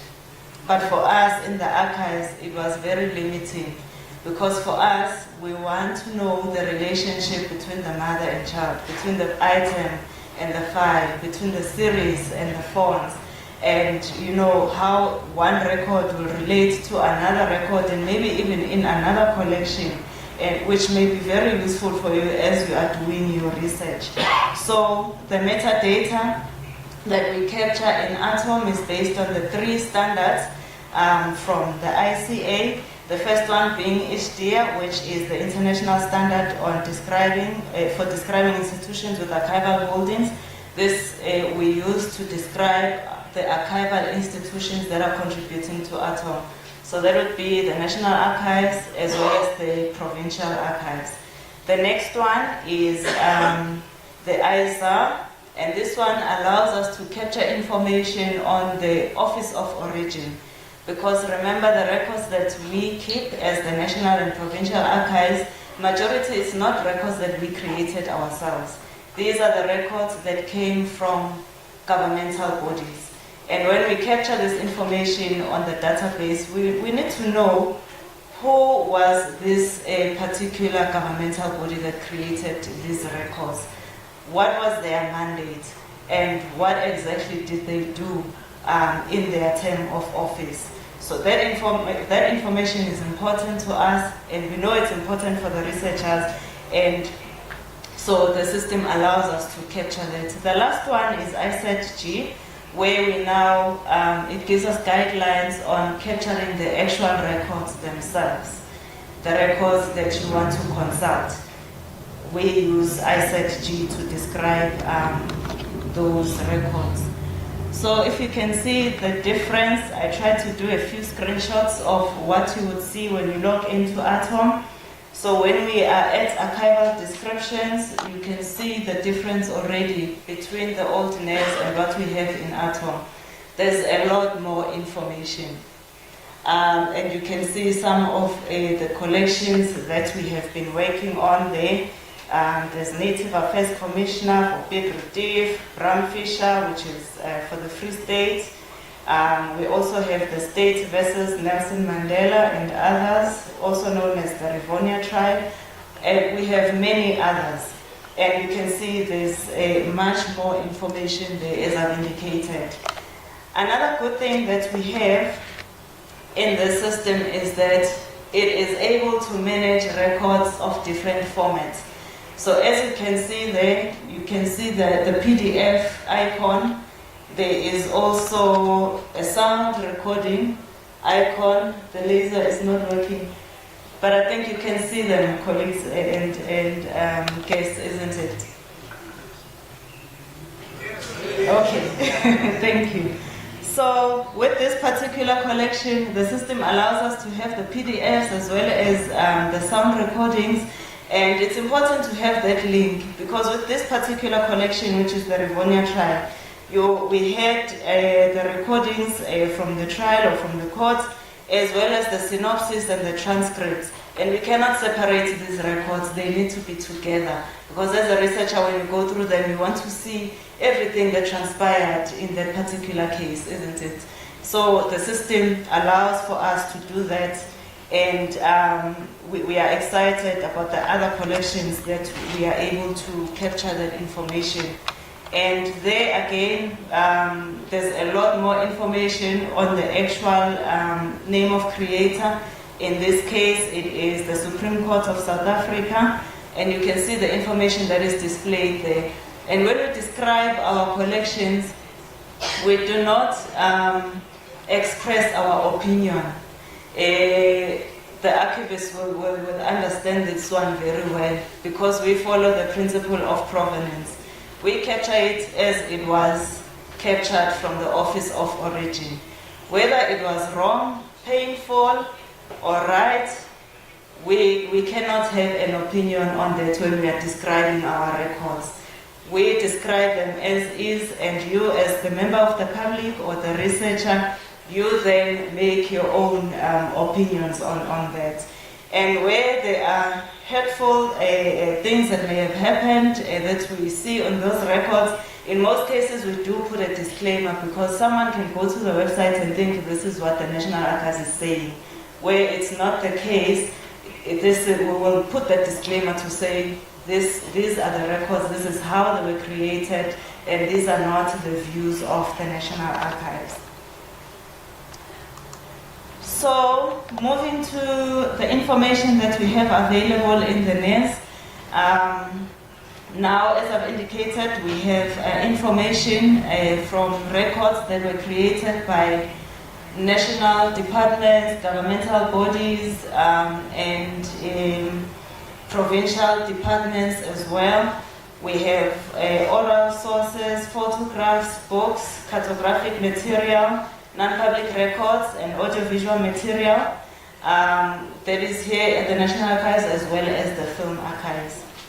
So the NES, as we continue to improve it, is a critical tool to put digital objects of the National Archives, and this allows us to now bring our information or our records to the people. Today, we have over 8 million entries of records in the NES. I think I also need a round of applause.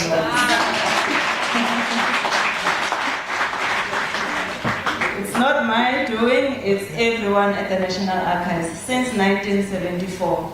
Because all of those entries that were created in 1974, they were then migrated into Atom because we didn't want to lose that information. All we do now is to enrich it and do a bit of cleanup and add our objects where we need to. So even those colleagues in 1974, they did a lot of work and they contributed a lot to where we are as the archives today. And we continue to grow. So what would you find in the NES today? So the National Archives, as the custodian of this system, has majority of the records on the system. So as I've indicated, we have records from the Rivonia tribe. We have the sound recordings as well as the paper records, which you can access from our website.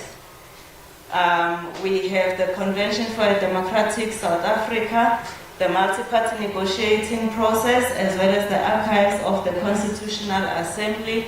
And these are records that we digitized in partnership with CHT. Thank you, Mr. Hlongwane.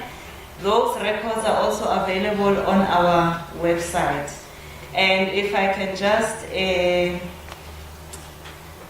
brag a bit, CODESA has over 5,000 records with images, and that's available on our website. It was a huge step for us, bringing those records to the people.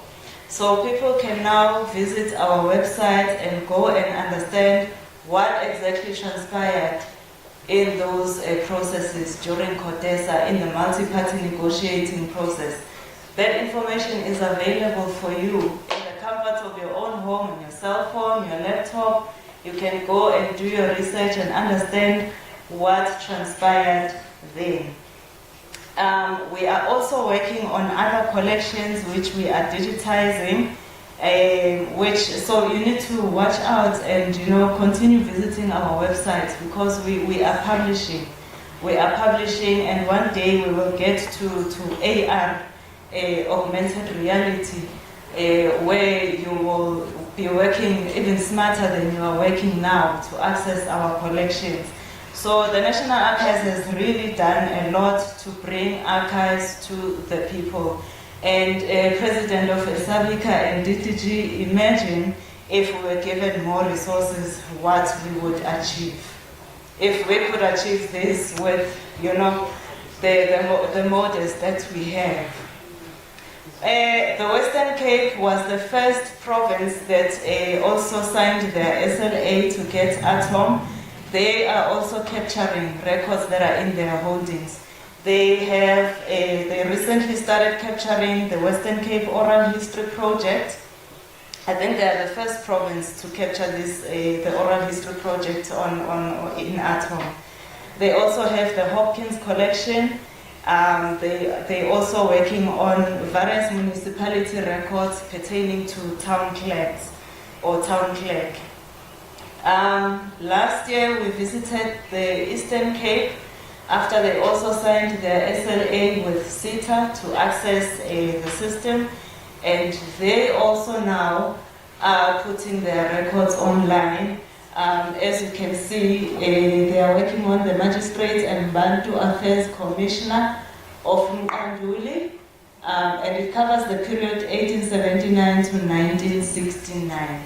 So even you that is based here in Gauteng, once they start publishing, you will be able to see what the Bantu administration in the Eastern Cape, what they were doing during their term of office.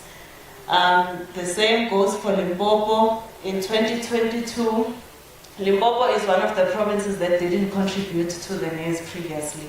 So we made history with this one. Another round of applause. So Limpopo in 2022, for the first time, they put their collections online. And the collection that we worked on was the Leboa Homeland. We worked on the Department of Justice as well as the Department of Public Works, and these records contain records that are pertaining to the management of tribal and local authorities, including the appointment of headmen and chiefs and the allocation of sites. And the discussions that are going around regarding land claims and so on. So this is a very important collection for the people of Limpopo, and I'm very happy that we are now putting those records online and making sure that we are preserving them for generations to come. 2 weeks ago, we made history again. We went to the Northwest Province. They also didn't contribute to the NES before, and for the first time 2 weeks ago, we started capturing records of the Supreme Court of Bophuthatswana, which dates, the records date from 1977. They also started publishing a few, and in a few months you will also start seeing those records being published online. You get to understand what the Supreme Court of Bophuthatswana was, the cases that they were dealing with, and how those judgments were made. So a lot of work is going on at the archives to make sure that we're putting records online for members of the public to access. Next week, we will be in the Free State also doing the same thing. We want to make sure that the Free State also gets their records online so that you and I can go online and understand exactly what the Free State government worked on in the past. So the Northern Cape as well as KwaZulu-Natal are also coming. They have signed their SLAs. So we are very excited with the more collections that are going to come online and be available for us. So how you can access this, ladies and gentlemen, you can visit our website. There is a screenshot there. So we have two websites. We have the old NES. Remember I said we started capturing in 1974. That is still up and running. You can still access it. We also have the new website where all the information, the new information that we are capturing in ATOM is published. It goes directly to our new website. And there's the hyperlink for the old website, and this is a screenshot from our new website. So when you get to the new website, on your left, you can see there it gives you two options where after you're selected, search the collections. You can either search the old NES, where you will be searching records captured from 1974 up to the 90s, or you can search the new database where you can search the new collections that I've just spoken about, the Rivonia trials, the Codesa, the NEG, and the others that are coming. So, colleagues, thank you very much, and I hope to see you virtually on our website visiting our collections. Thank you so much.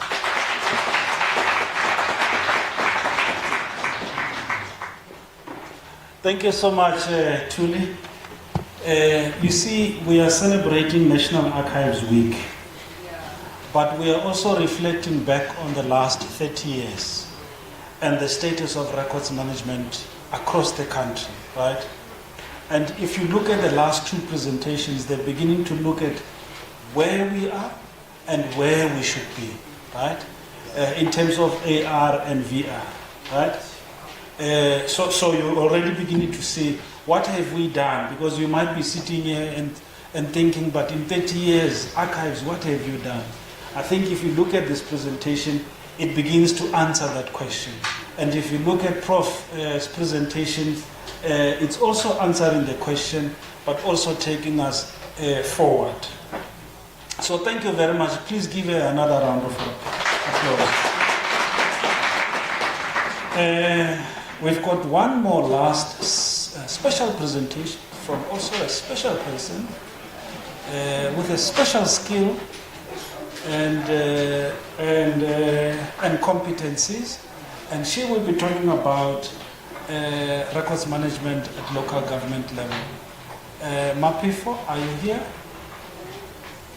Thank you very much. You see, thank you very much.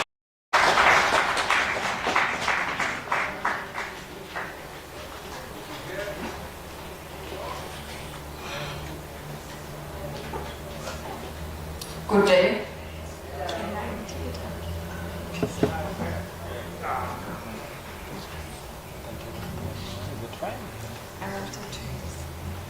You want to hold it? Good day, all protocol observed. I don't want to waste time.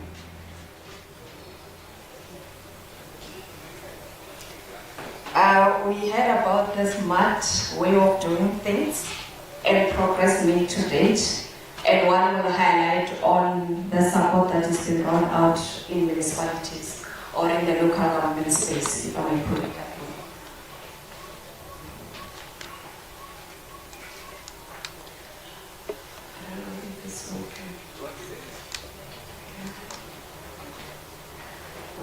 It jumped in terms of the proceedings of the out of the presentation. But just for background, this is the SALGA mandate, and just to indicate that we are responsible for the lobby and advocate on behalf of municipalities. And we also serve as an employer body in terms of representing municipalities on the ground. We play a role in terms of capacity building, mainly to roll out trainings to officials and councillors based on the need analysis that will be required.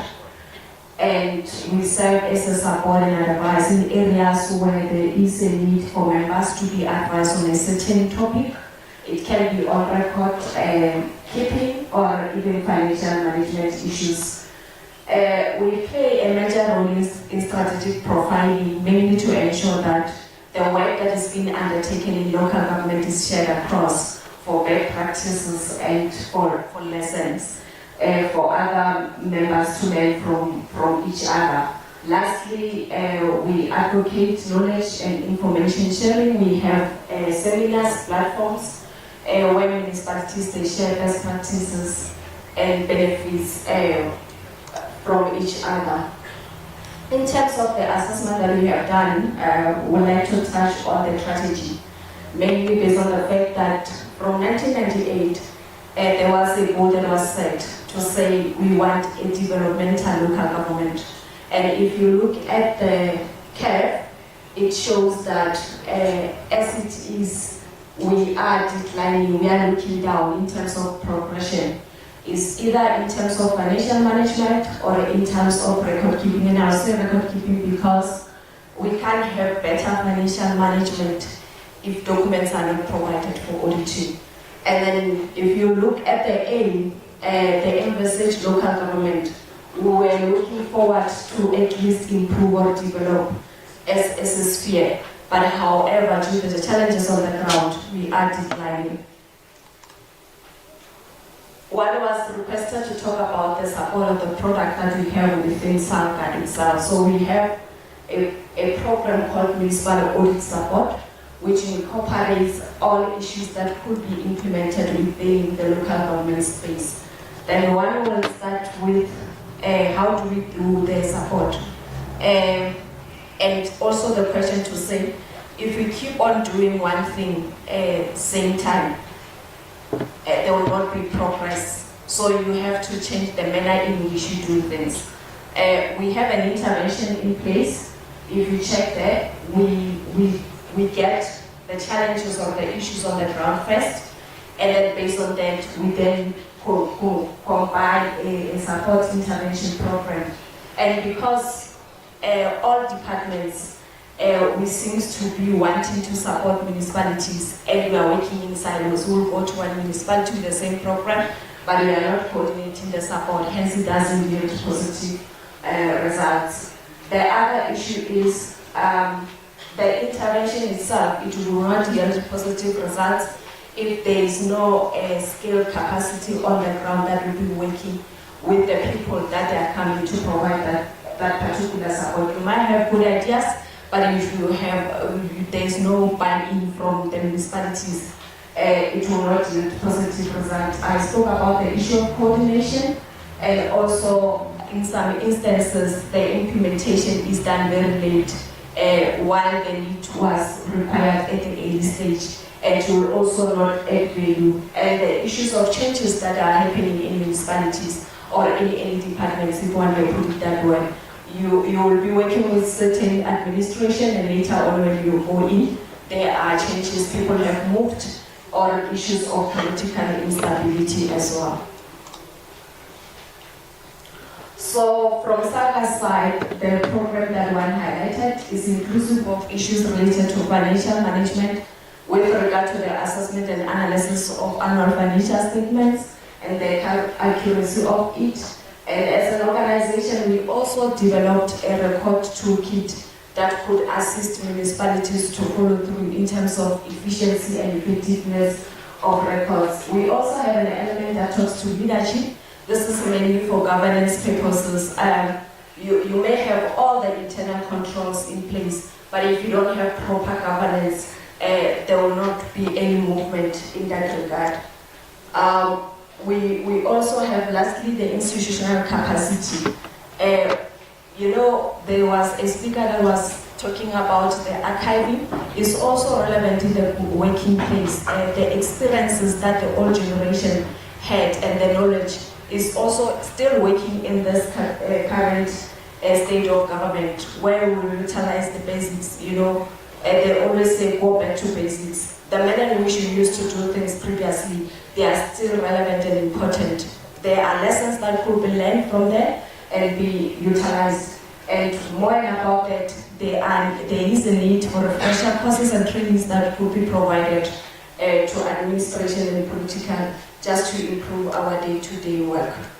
So with regard to record management, we started working with the Office of the Auditor General in terms of developing a record management toolkit. And we have provided trainings to various municipalities, and this was based on the fact that when you check the AG report year in, year out, you'll find that most municipalities are sitting on the rate as either disclaimers or adverse, and some qualification, and based on the fact that AG could not give an opinion because records were not provided.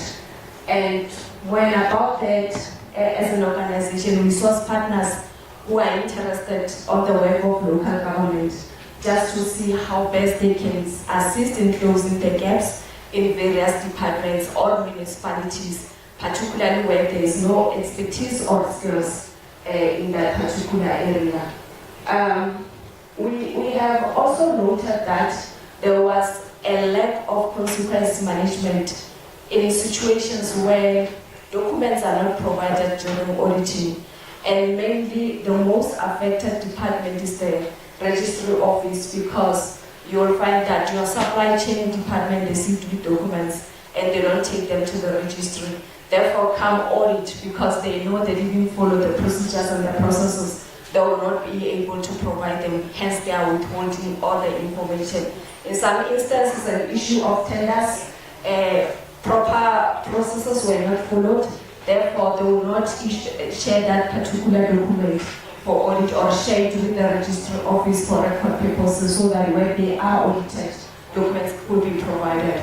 Mainly just to safeguard their interest in that regard. And from there, we also noted that the issue of electronic system is expensive with regard to record keeping. And we have piloted some assistance in terms of doing an in-house electronic system that could be utilized without paying any funds, just for municipalities, so that they can at least be able to manage their records, whether manually and electronic, in case something happens. I thought perhaps let's share the benefits. Why are we linking records with AG? Firstly, if you have proper governance in terms of your policies and issues related to compliance, and then it's ideal for any municipality and even a community that you are serving to get an IDP document just to assess and also check progress in terms of issues related to service delivery. And we have also, second one, the good governance. This is mainly based on financial expenditure of the municipality. It is a public document, and everyone is allowed to access it in terms of the budget, in terms of council minutes. So as citizens, we do have a right to check all the expenditure that is related to service delivery within various municipalities, and this could only be done through provision of proper records, whether they are accessible on their website or even at the municipal buildings. And the third one is about decision making. You will not be able to make any decision if you don't have relevant documentation provided to yourself. Lastly is about compliance, especially on occupational health and related issues. Municipalities, they will not be able to determine the nature of the problems that they are having on the ground if certain reports on OHS are not shared with them. One also thought that all of us, we have seen this in the media, is a building from Mamusa local municipality situated in Northwest. They had this strategy where everything, all the records, they were banned and they didn't have anything on site. They have lost records from dating from 1927. So they couldn't have any history of everything that we had. And mainly because they used to keep their records manually and they didn't have a backup. And the other issue is during the audit period, because everything was banned, they couldn't provide any documentation. So AG could not even give an opinion in terms of the work that has been undertaken in that municipality. Mainly just to promote the fact that let's utilize this as an example, so that when we go back to our work place, we ensure that we have backups and we don't rely on the manual record keeping that we have. So the lessons that I share today is for further implementation wherever we go.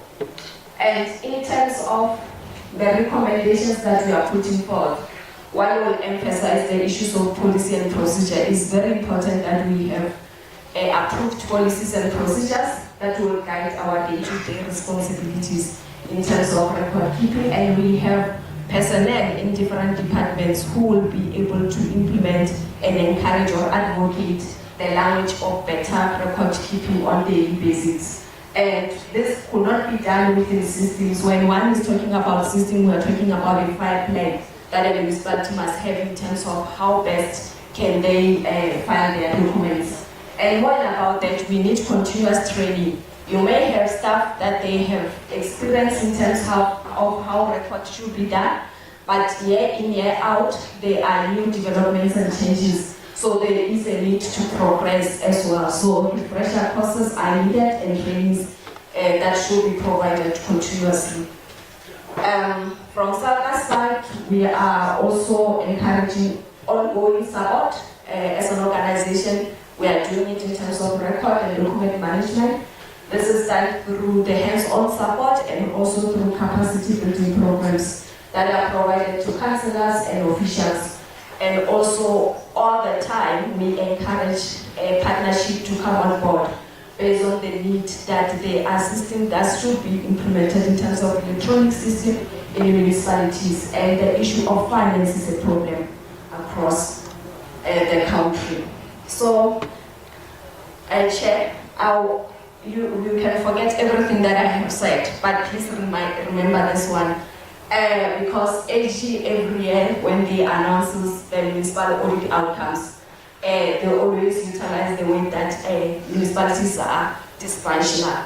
But we can have functional municipalities, and the reason is because we have record coordinators in this room, and they are key coordinators in terms of provision of documents during audits. The first one is Section 131. This is an auction plan that municipalities can utilize. But if you don't have proper records that will emphasize areas of concern, then municipalities will not be able to move. You can have controls, but if you don't have something that highlights the challenges and how best you can improve, then you will not be able to go to step number 2.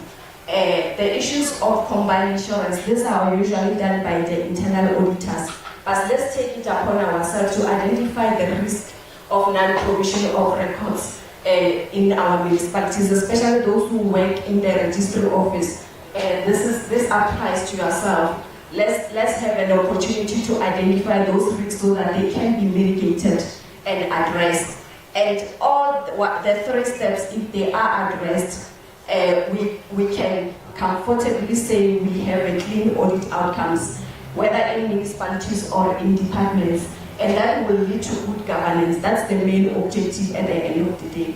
So records plays a major role in all sectors, whether local or provincial. Thank you very much.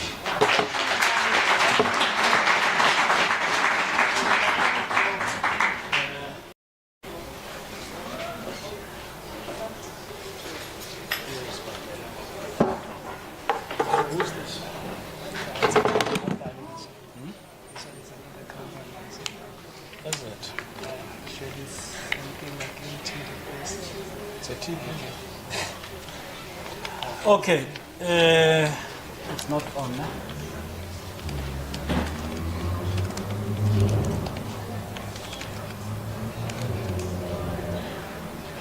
Thank you very much. Presentation from SALGA.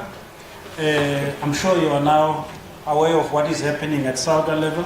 Thank you so much. We really appreciate that. And I'm quite sure that as we move ahead, we will ensure that the situation at local government level does actually improve.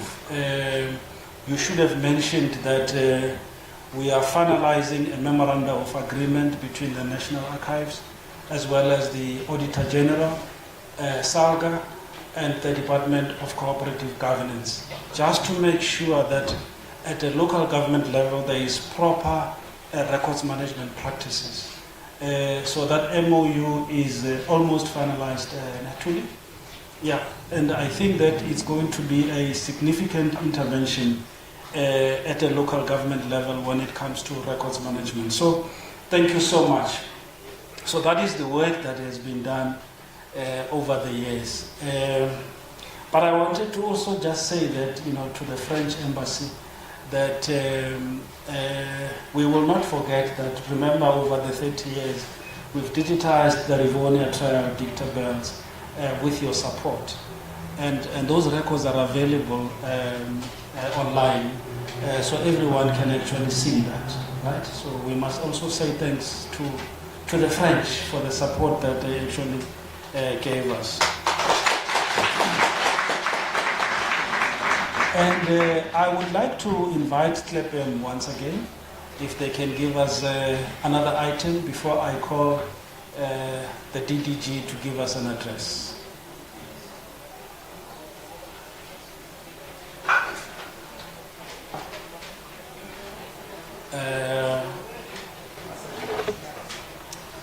You are ready, right? Thank you so much. Thank you so much.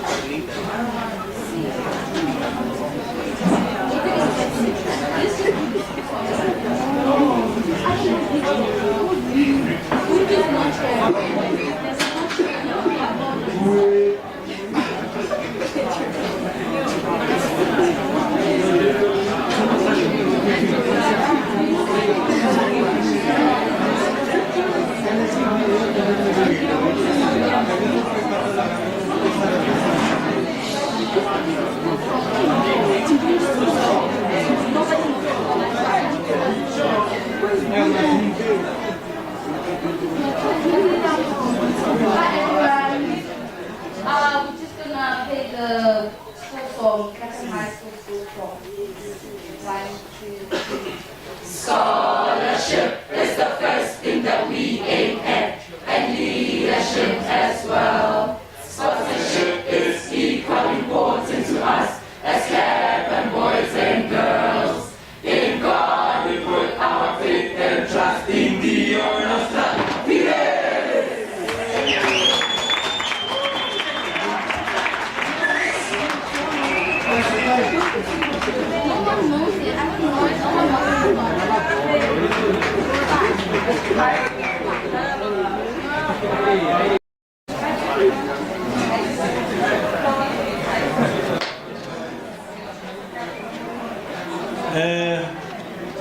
No, thank you very much. Thank you very much. Clapham, we can give them a round of applause. Thank you so much for the performance. All right, if we can, maybe just settle down, please. I now would like to invite the Deputy Director General for Heritage and Promotion to give us an address.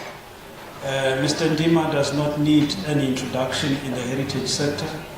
He's been part of the heritage sector for a very long time, and in his capacity as the DDG for Heritage Promotion and Preservation, the National Archives also reports to him, and that would include all the issues relating to heritage policy, museums, geographical names, and so on and so on.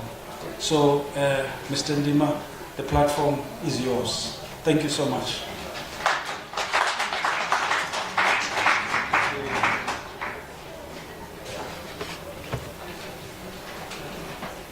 Thank you, Program Director, Mr. President of Esabica, right? Yeah. Thank you. Also to the Deputy Chairperson of the National Archives Advisory Council, Mr. Nkatinga. I hope I've not murdered your surname. Okay, thank you. All officials of National Archives of South Africa, the Gauteng Provincial Archives, all our partners in hosting the 2024 Archives Week, representatives of the University of South Africa, the University of Johannesburg Archives, Constitution Hill Trust, officials from the French Embassy, the French Institute of South Africa, and the SABC Archives. Records managers from various government departments and institutions, Friends of the Archives Forum, all officials from provincial archives, the Presidential Employment Stimulus Package interns from the National Archives, all learners present here, colleagues, a very special welcome to all colleagues who have joined us virtually, to all advocates who play a role in the preservation of our national heritage and history. Ladies and gentlemen, esteemed guests, Dumelang, Molweni, Sanbonani.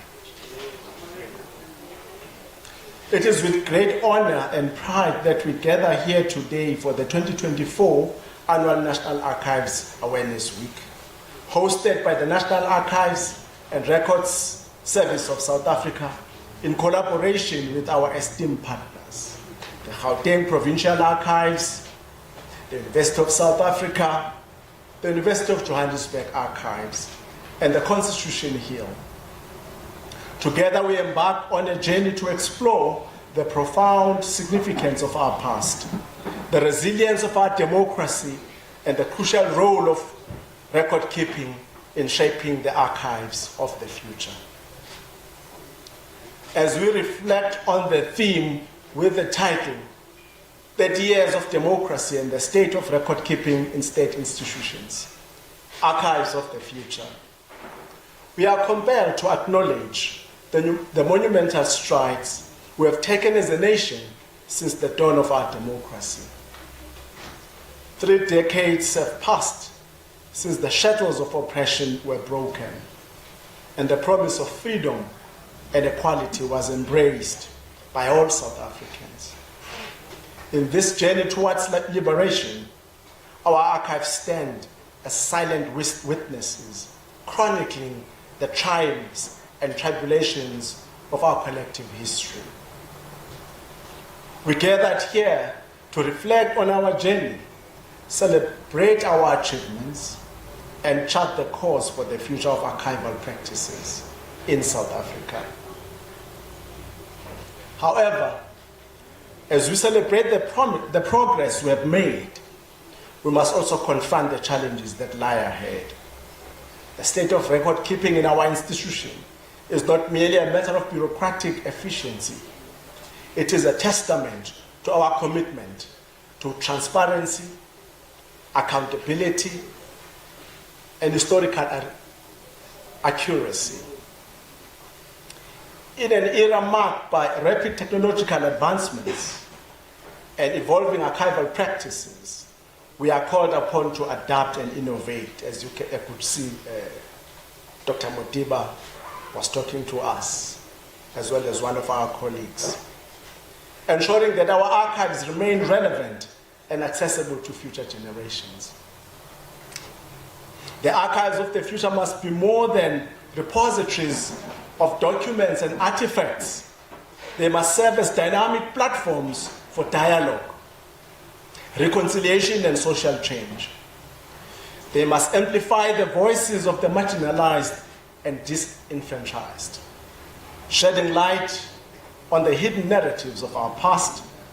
They must inspire inquiry, scholarship, and civic engagement, fostering a culture of historical consciousness and critical thinking.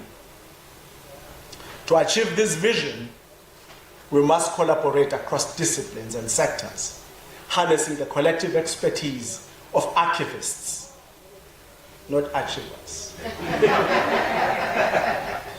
historians, educators, policymakers, and community leaders.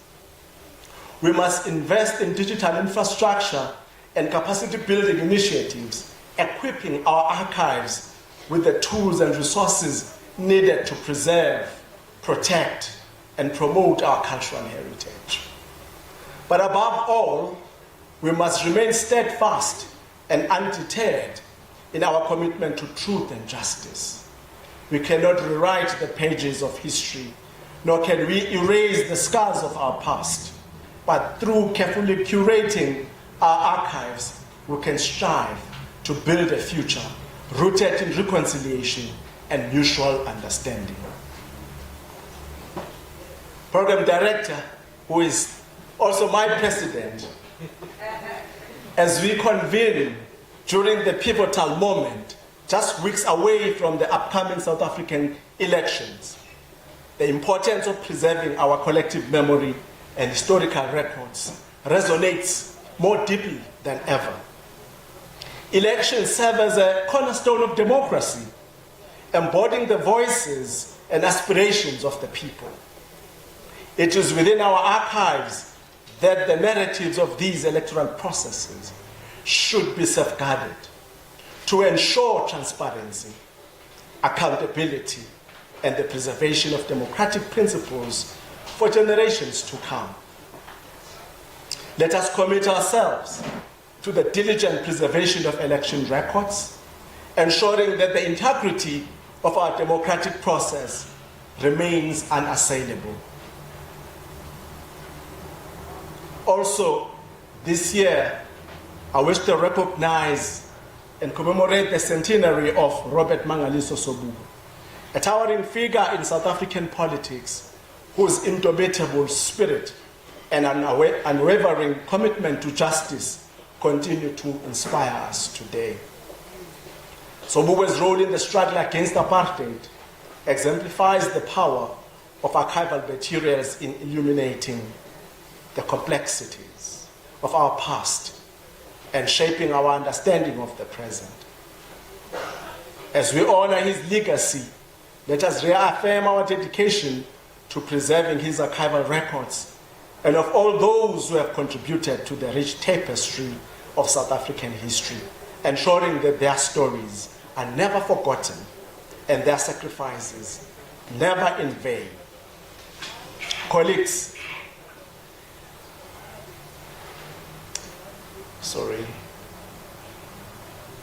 technology sometimes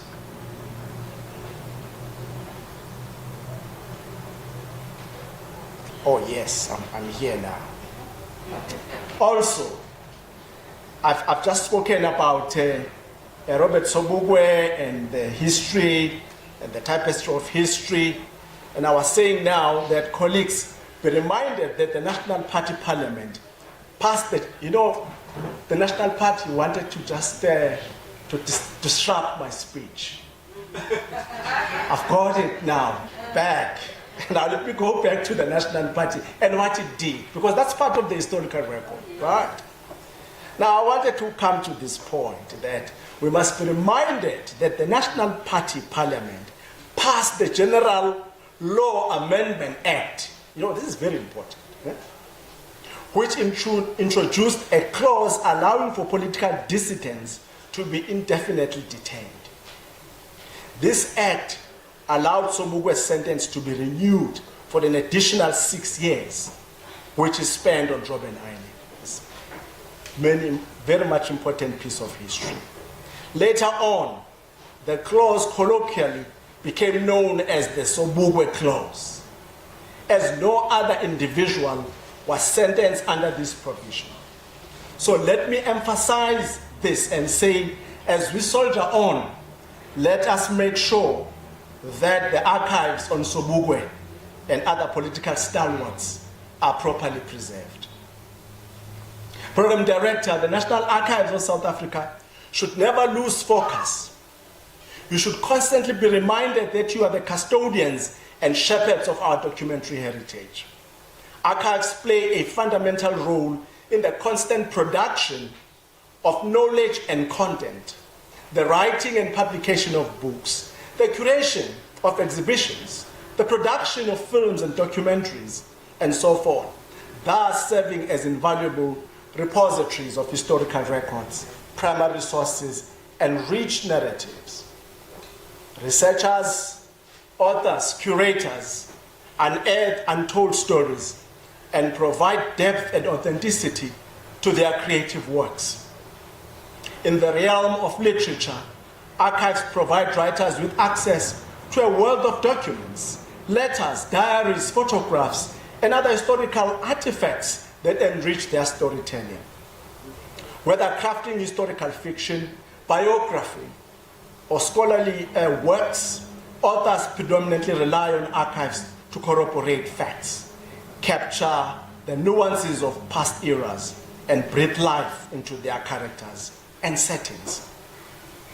By delving into archival collections, writers can uncover forgotten voices, shed light on overlooked events, and offer new perspectives on familiar narratives, thus expanding our collective understanding of the human experience. Ladies and gentlemen, I want to highlight the groundbreaking achievement in historical scholarship that occurred recently. On February 8th, Drs. Nancy Clark and William Weger launched their latest book titled Voices of Sharpeville, The Long History of Racial Injustice. This exceptional publication delves deeply into the history of Sharpeville, a township in South Africa known for the tragic police massacre of March 21, 1960. The massacre, a pivotal moment in the struggle against apartheid, spurred the United Nations to declare apartheid a crime against humanity in 1966. What makes this book truly remarkable is its reliance on archival collections and materials. Dr. Clark and Weger meticulously reconstructed Sharpeville's timeline using a wealth of archival records, including those from the National Archives. In addition to these official documents, they drew upon oral sources such as personal interviews with survivors and their families, as well as maps and family photos. The success of Voices of Sharpeville, The Long History of Racial Injustice, serves as a powerful reminder of the importance of preserving and accessing archival records. This reminder of the importance of preserving and accessing archival records. These records not only provide crucial evidence for historical research, but also give voice to marginalized communities and help uncover hidden truths.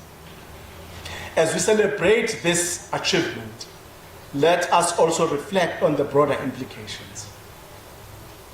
We must ensure that our archival records are not left dormant or inaccessible. With the technology available to us today, there is no excuse for neglecting these valuable resources. I urge all of us to prioritize the preservation and accessibility of archival materials, recognizing their role in shaping our understanding of the past and informing our actions in the present. Together, let us commit to honoring our history and working towards a more just and equitable future. As part of this program director, ladies and gentlemen, I wish to extend my invitation to researchers, the vibrant youth of our nation that is here, filmmakers and producers, musicians, historians, curators, authors and digital content creators across platforms such as TikTok, Facebook, Instagram, YouTube, and Twitter. Yes, all are welcome. The National Archives stands as a repository of invaluable information, ready to serve you. Despite the challenges it faces, like any institution, it remains steadfast in its commitment to serve. However, it is imperative that we acknowledge the need to bolster this institution through the review and reinforcement of acts such as the National Archives Act, the Legal Deposit Act, the National Council for Library and Information Services Act, NCLIS. Only by adequately resourcing it can we ensure its continued ability to serve the people of our nation and the global community. Similarly, in the realm of filmmaking, archives stand as a veritable treasure trove of visual and auditory riches. They provide filmmakers with a plethora of footage, photographs, audio recordings, and documents, enriching their storytelling endeavors. Documentaries, biopics, and historical dramas often draw upon archival material to transport audiences to bygone eras.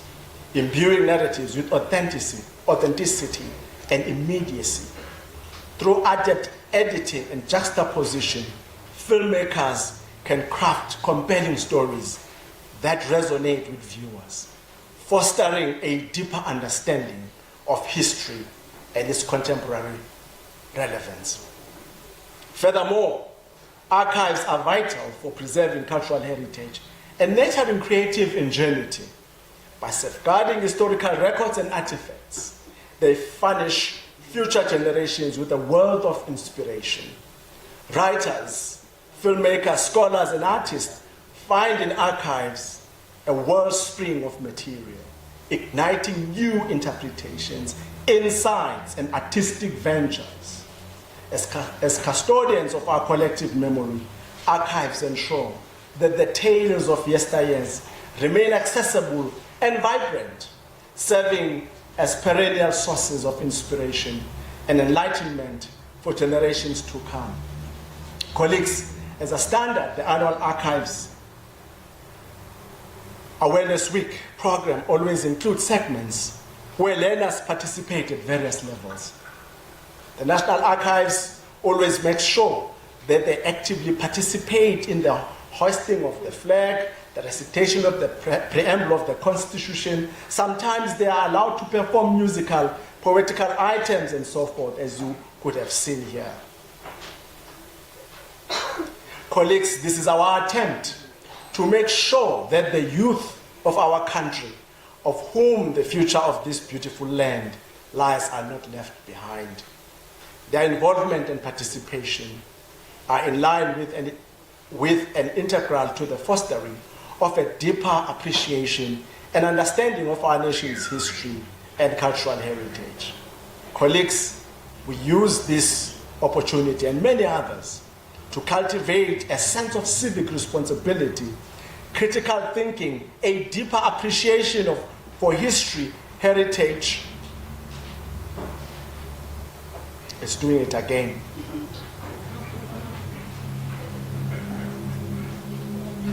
And its contemporary relevance.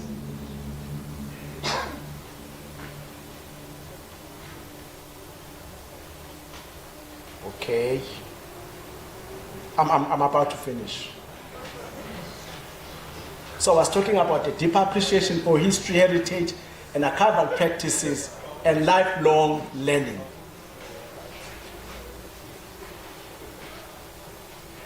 Furthermore, the involvement and participation of learners in the annual National Archives Week are crucial for fostering a deeper appreciation for history, heritage, and archival practices amongst the younger generation.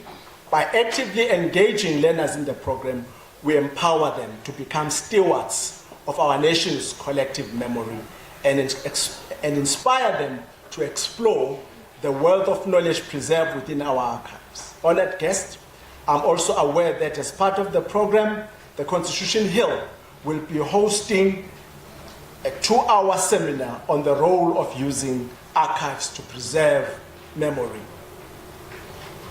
Now, in closing, Program Director, I want to take you slightly back to the early days of democracy, about the slogan of taking archives to the people, which resonated and expressed the view that part of shaping the power of archives should be harnessed to promote archives as a tool for reconciliation, social cohesion, and nation building. Colleagues, we should not be deterred and lose focus of this. Archives still play a key and pivotal role in this. This slogan is and should remain relevant yesterday. It is relevant today, and it should be for generations to come.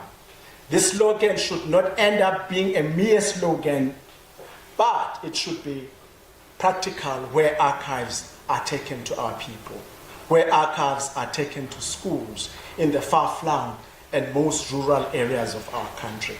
I also wish to congratulate the National Archives, the Gauteng Provincial Archives, UNISA, the University of Johannesburg Archives, and the Constitution Hill for hosting the 2024 Annual National Archives Awareness Week. I'm looking forward to receiving a report soon that will outline how successful this work was. As we embark on this journey together, let us remember the words of Nelson Mandela. I quote, "The archive is the mirror in which a society can see its reflection and measure its progress," end quote. With these words, Program Director and esteemed colleagues, I wish to then declare the 2024 Annual National Archives Awareness Week open, and I thank you.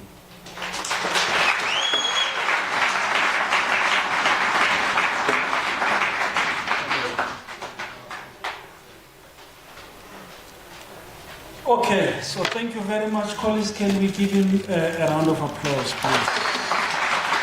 Thank you so much. Thank you so much. We are coming towards the end of our program, and I'm going to hand over to Sizwe Mbuisa from Gauteng for closing remarks and also for some announcements. But before I do that, I remember that I made a commitment that I will ask one or two questions to the learners, and if they do respond, I will then find something very nice for them. And I have now found a very nice, smart, shall I say, gadgets. But I've got a 32 gig storage device, which can be used for amapiano, but also for archiving. Archiving. Not only amapiano, but I know young people will use it for that. But this is a very nice device, actually, for archiving. Now, I need to check whether you were listening properly. I want to know if there's any young person here from the schools that are here who can tell me what the difference is between a library and an archive. And then I will give them the memory stick. Anyone who can tell me what is the difference between a library and an archive? I've got a memory stick for you. Okay? There's no one. Okay. Now, if you can... Oh, there's a hand. Please come forward. Please come forward. You can... Yeah. You can...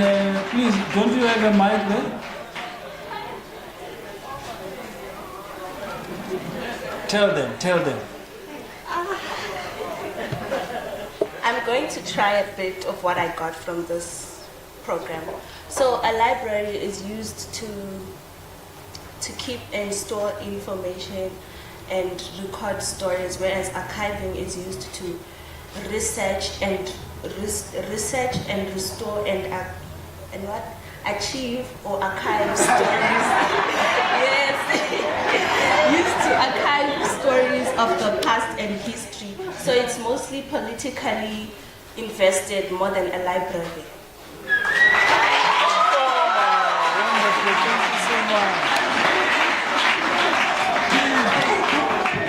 Thank you so much. Thank you. You got it right. Okay, so now I have another question. I need to know, why is records management so important? I want to know, why is records management so important? Or is it records management important, right?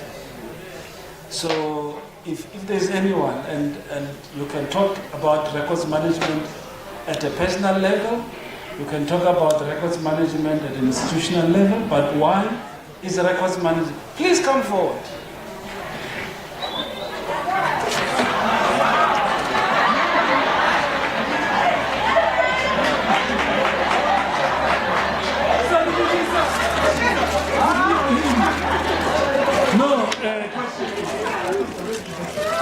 No, I'm going to give you both of you a chance, right? Okay, can I try first? Yeah, you can go first and then you will go after. Okay, good afternoon, everyone. So, your question was, why is records management important? Yeah. Yes, Ms. Thule had spoken about how we need records to be accessible to the public. Hence, if they're not managed properly, it's impossible for the public to access them. And also, in regards to access, the better we manage our records and archives, the more we can advance in our future and not repeat the mistakes of the past. So we can learn more from them.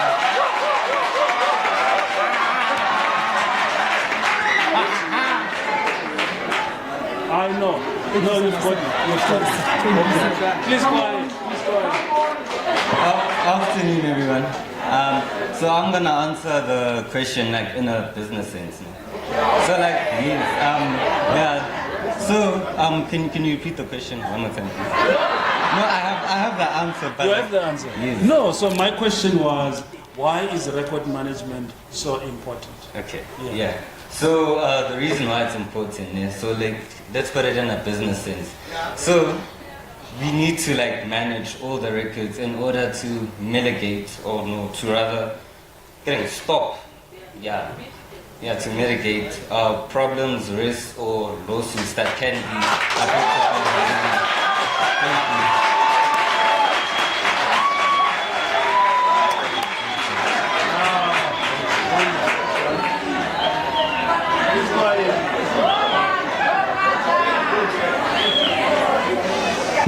Afternoon. Go ahead. Can you also repeat the question for me? Yeah. So take it easy, okay? So my question is, why is records management so important? Right? You can talk about records management at a personal level, right? So as a person, you also, to some degree, have to manage your own records, right? But also, why at an institutional level? I'm going to put it in simple terms in my own words.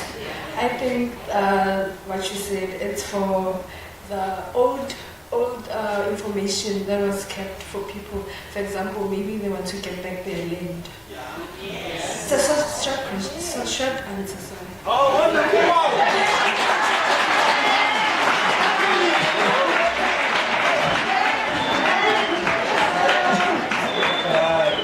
No, thank you so much, colleagues. You know, you can see that the young people were listening, right? And they're straight to the point. But I have one more question. One more question, because I still have the last memory stick. There are collections that were mentioned, right?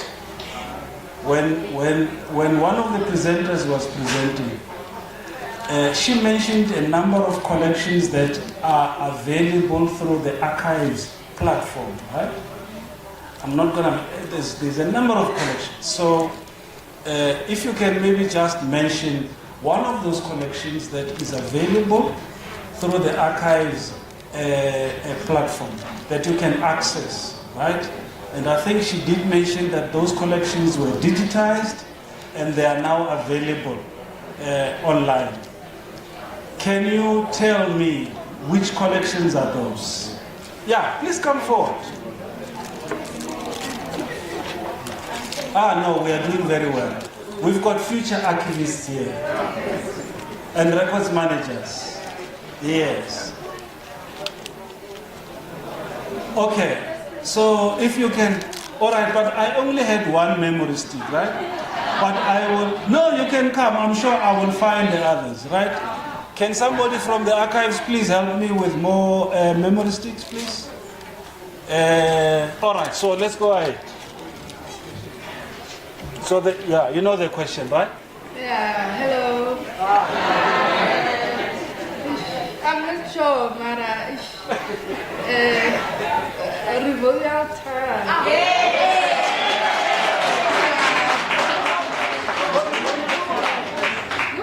Wonderful, thank you so much. No, I think you will get one, but please go ahead. I'm going to make my... I was also going to say that. Eh? I was also going to say that, so... Oh, you don't have an, okay, it's No, fine. I only said that one. Good afternoon, everyone. If you do not mind, sir, can you please repeat the question for me? So the question was, one of the presenters, when she was presenting, she mentioned that a number of collections were digitized. Those collections are available through the archive website. So I want to know if you can mention one of those collections. You already mentioned the Rivonia tribe collection, yeah.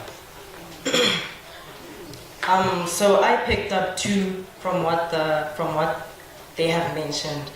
One is the TRC, which is the Truth of Reconciliation, and of which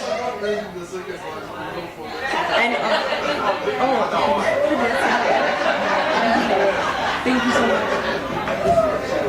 Hi everyone. How are you? I'm good. The one that I picked up was Kodesia. All right. No, thank you very much, colleagues. So I owe you a memory stick, each of you. Oh, you're donating a book. Oh, you're so lucky.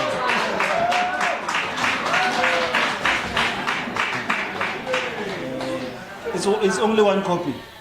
You can buy another one for another. Yeah.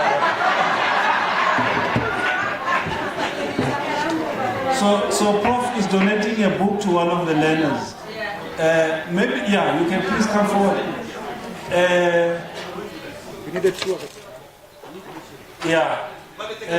From agony to glory, a journey of perseverance. Perseverance. Yes. Perseverance, can you believe it? Yeah. But listen, don't go away. Don't go away. I think I owe you a memory stick. Thank you so much. A round of applause, please. Thank you so much. Our learners are doing very well. Yeah, okay, thank you so much. I'm going to hand over to Caesar for closing remarks and then also for some announcements. Caesar?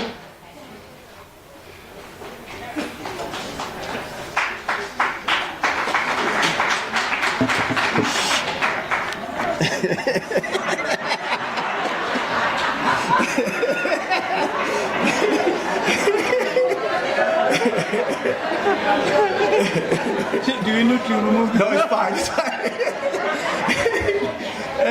Good afternoon, ladies and gentlemen. I'm here on behalf of my acting director for libraries and archival services, who could not join us today due to bereavement. So yeah, I'll be doing the closing on his behalf. I would like to thank all of you here present today, starting with the Deputy Director General, Mr. Ndima,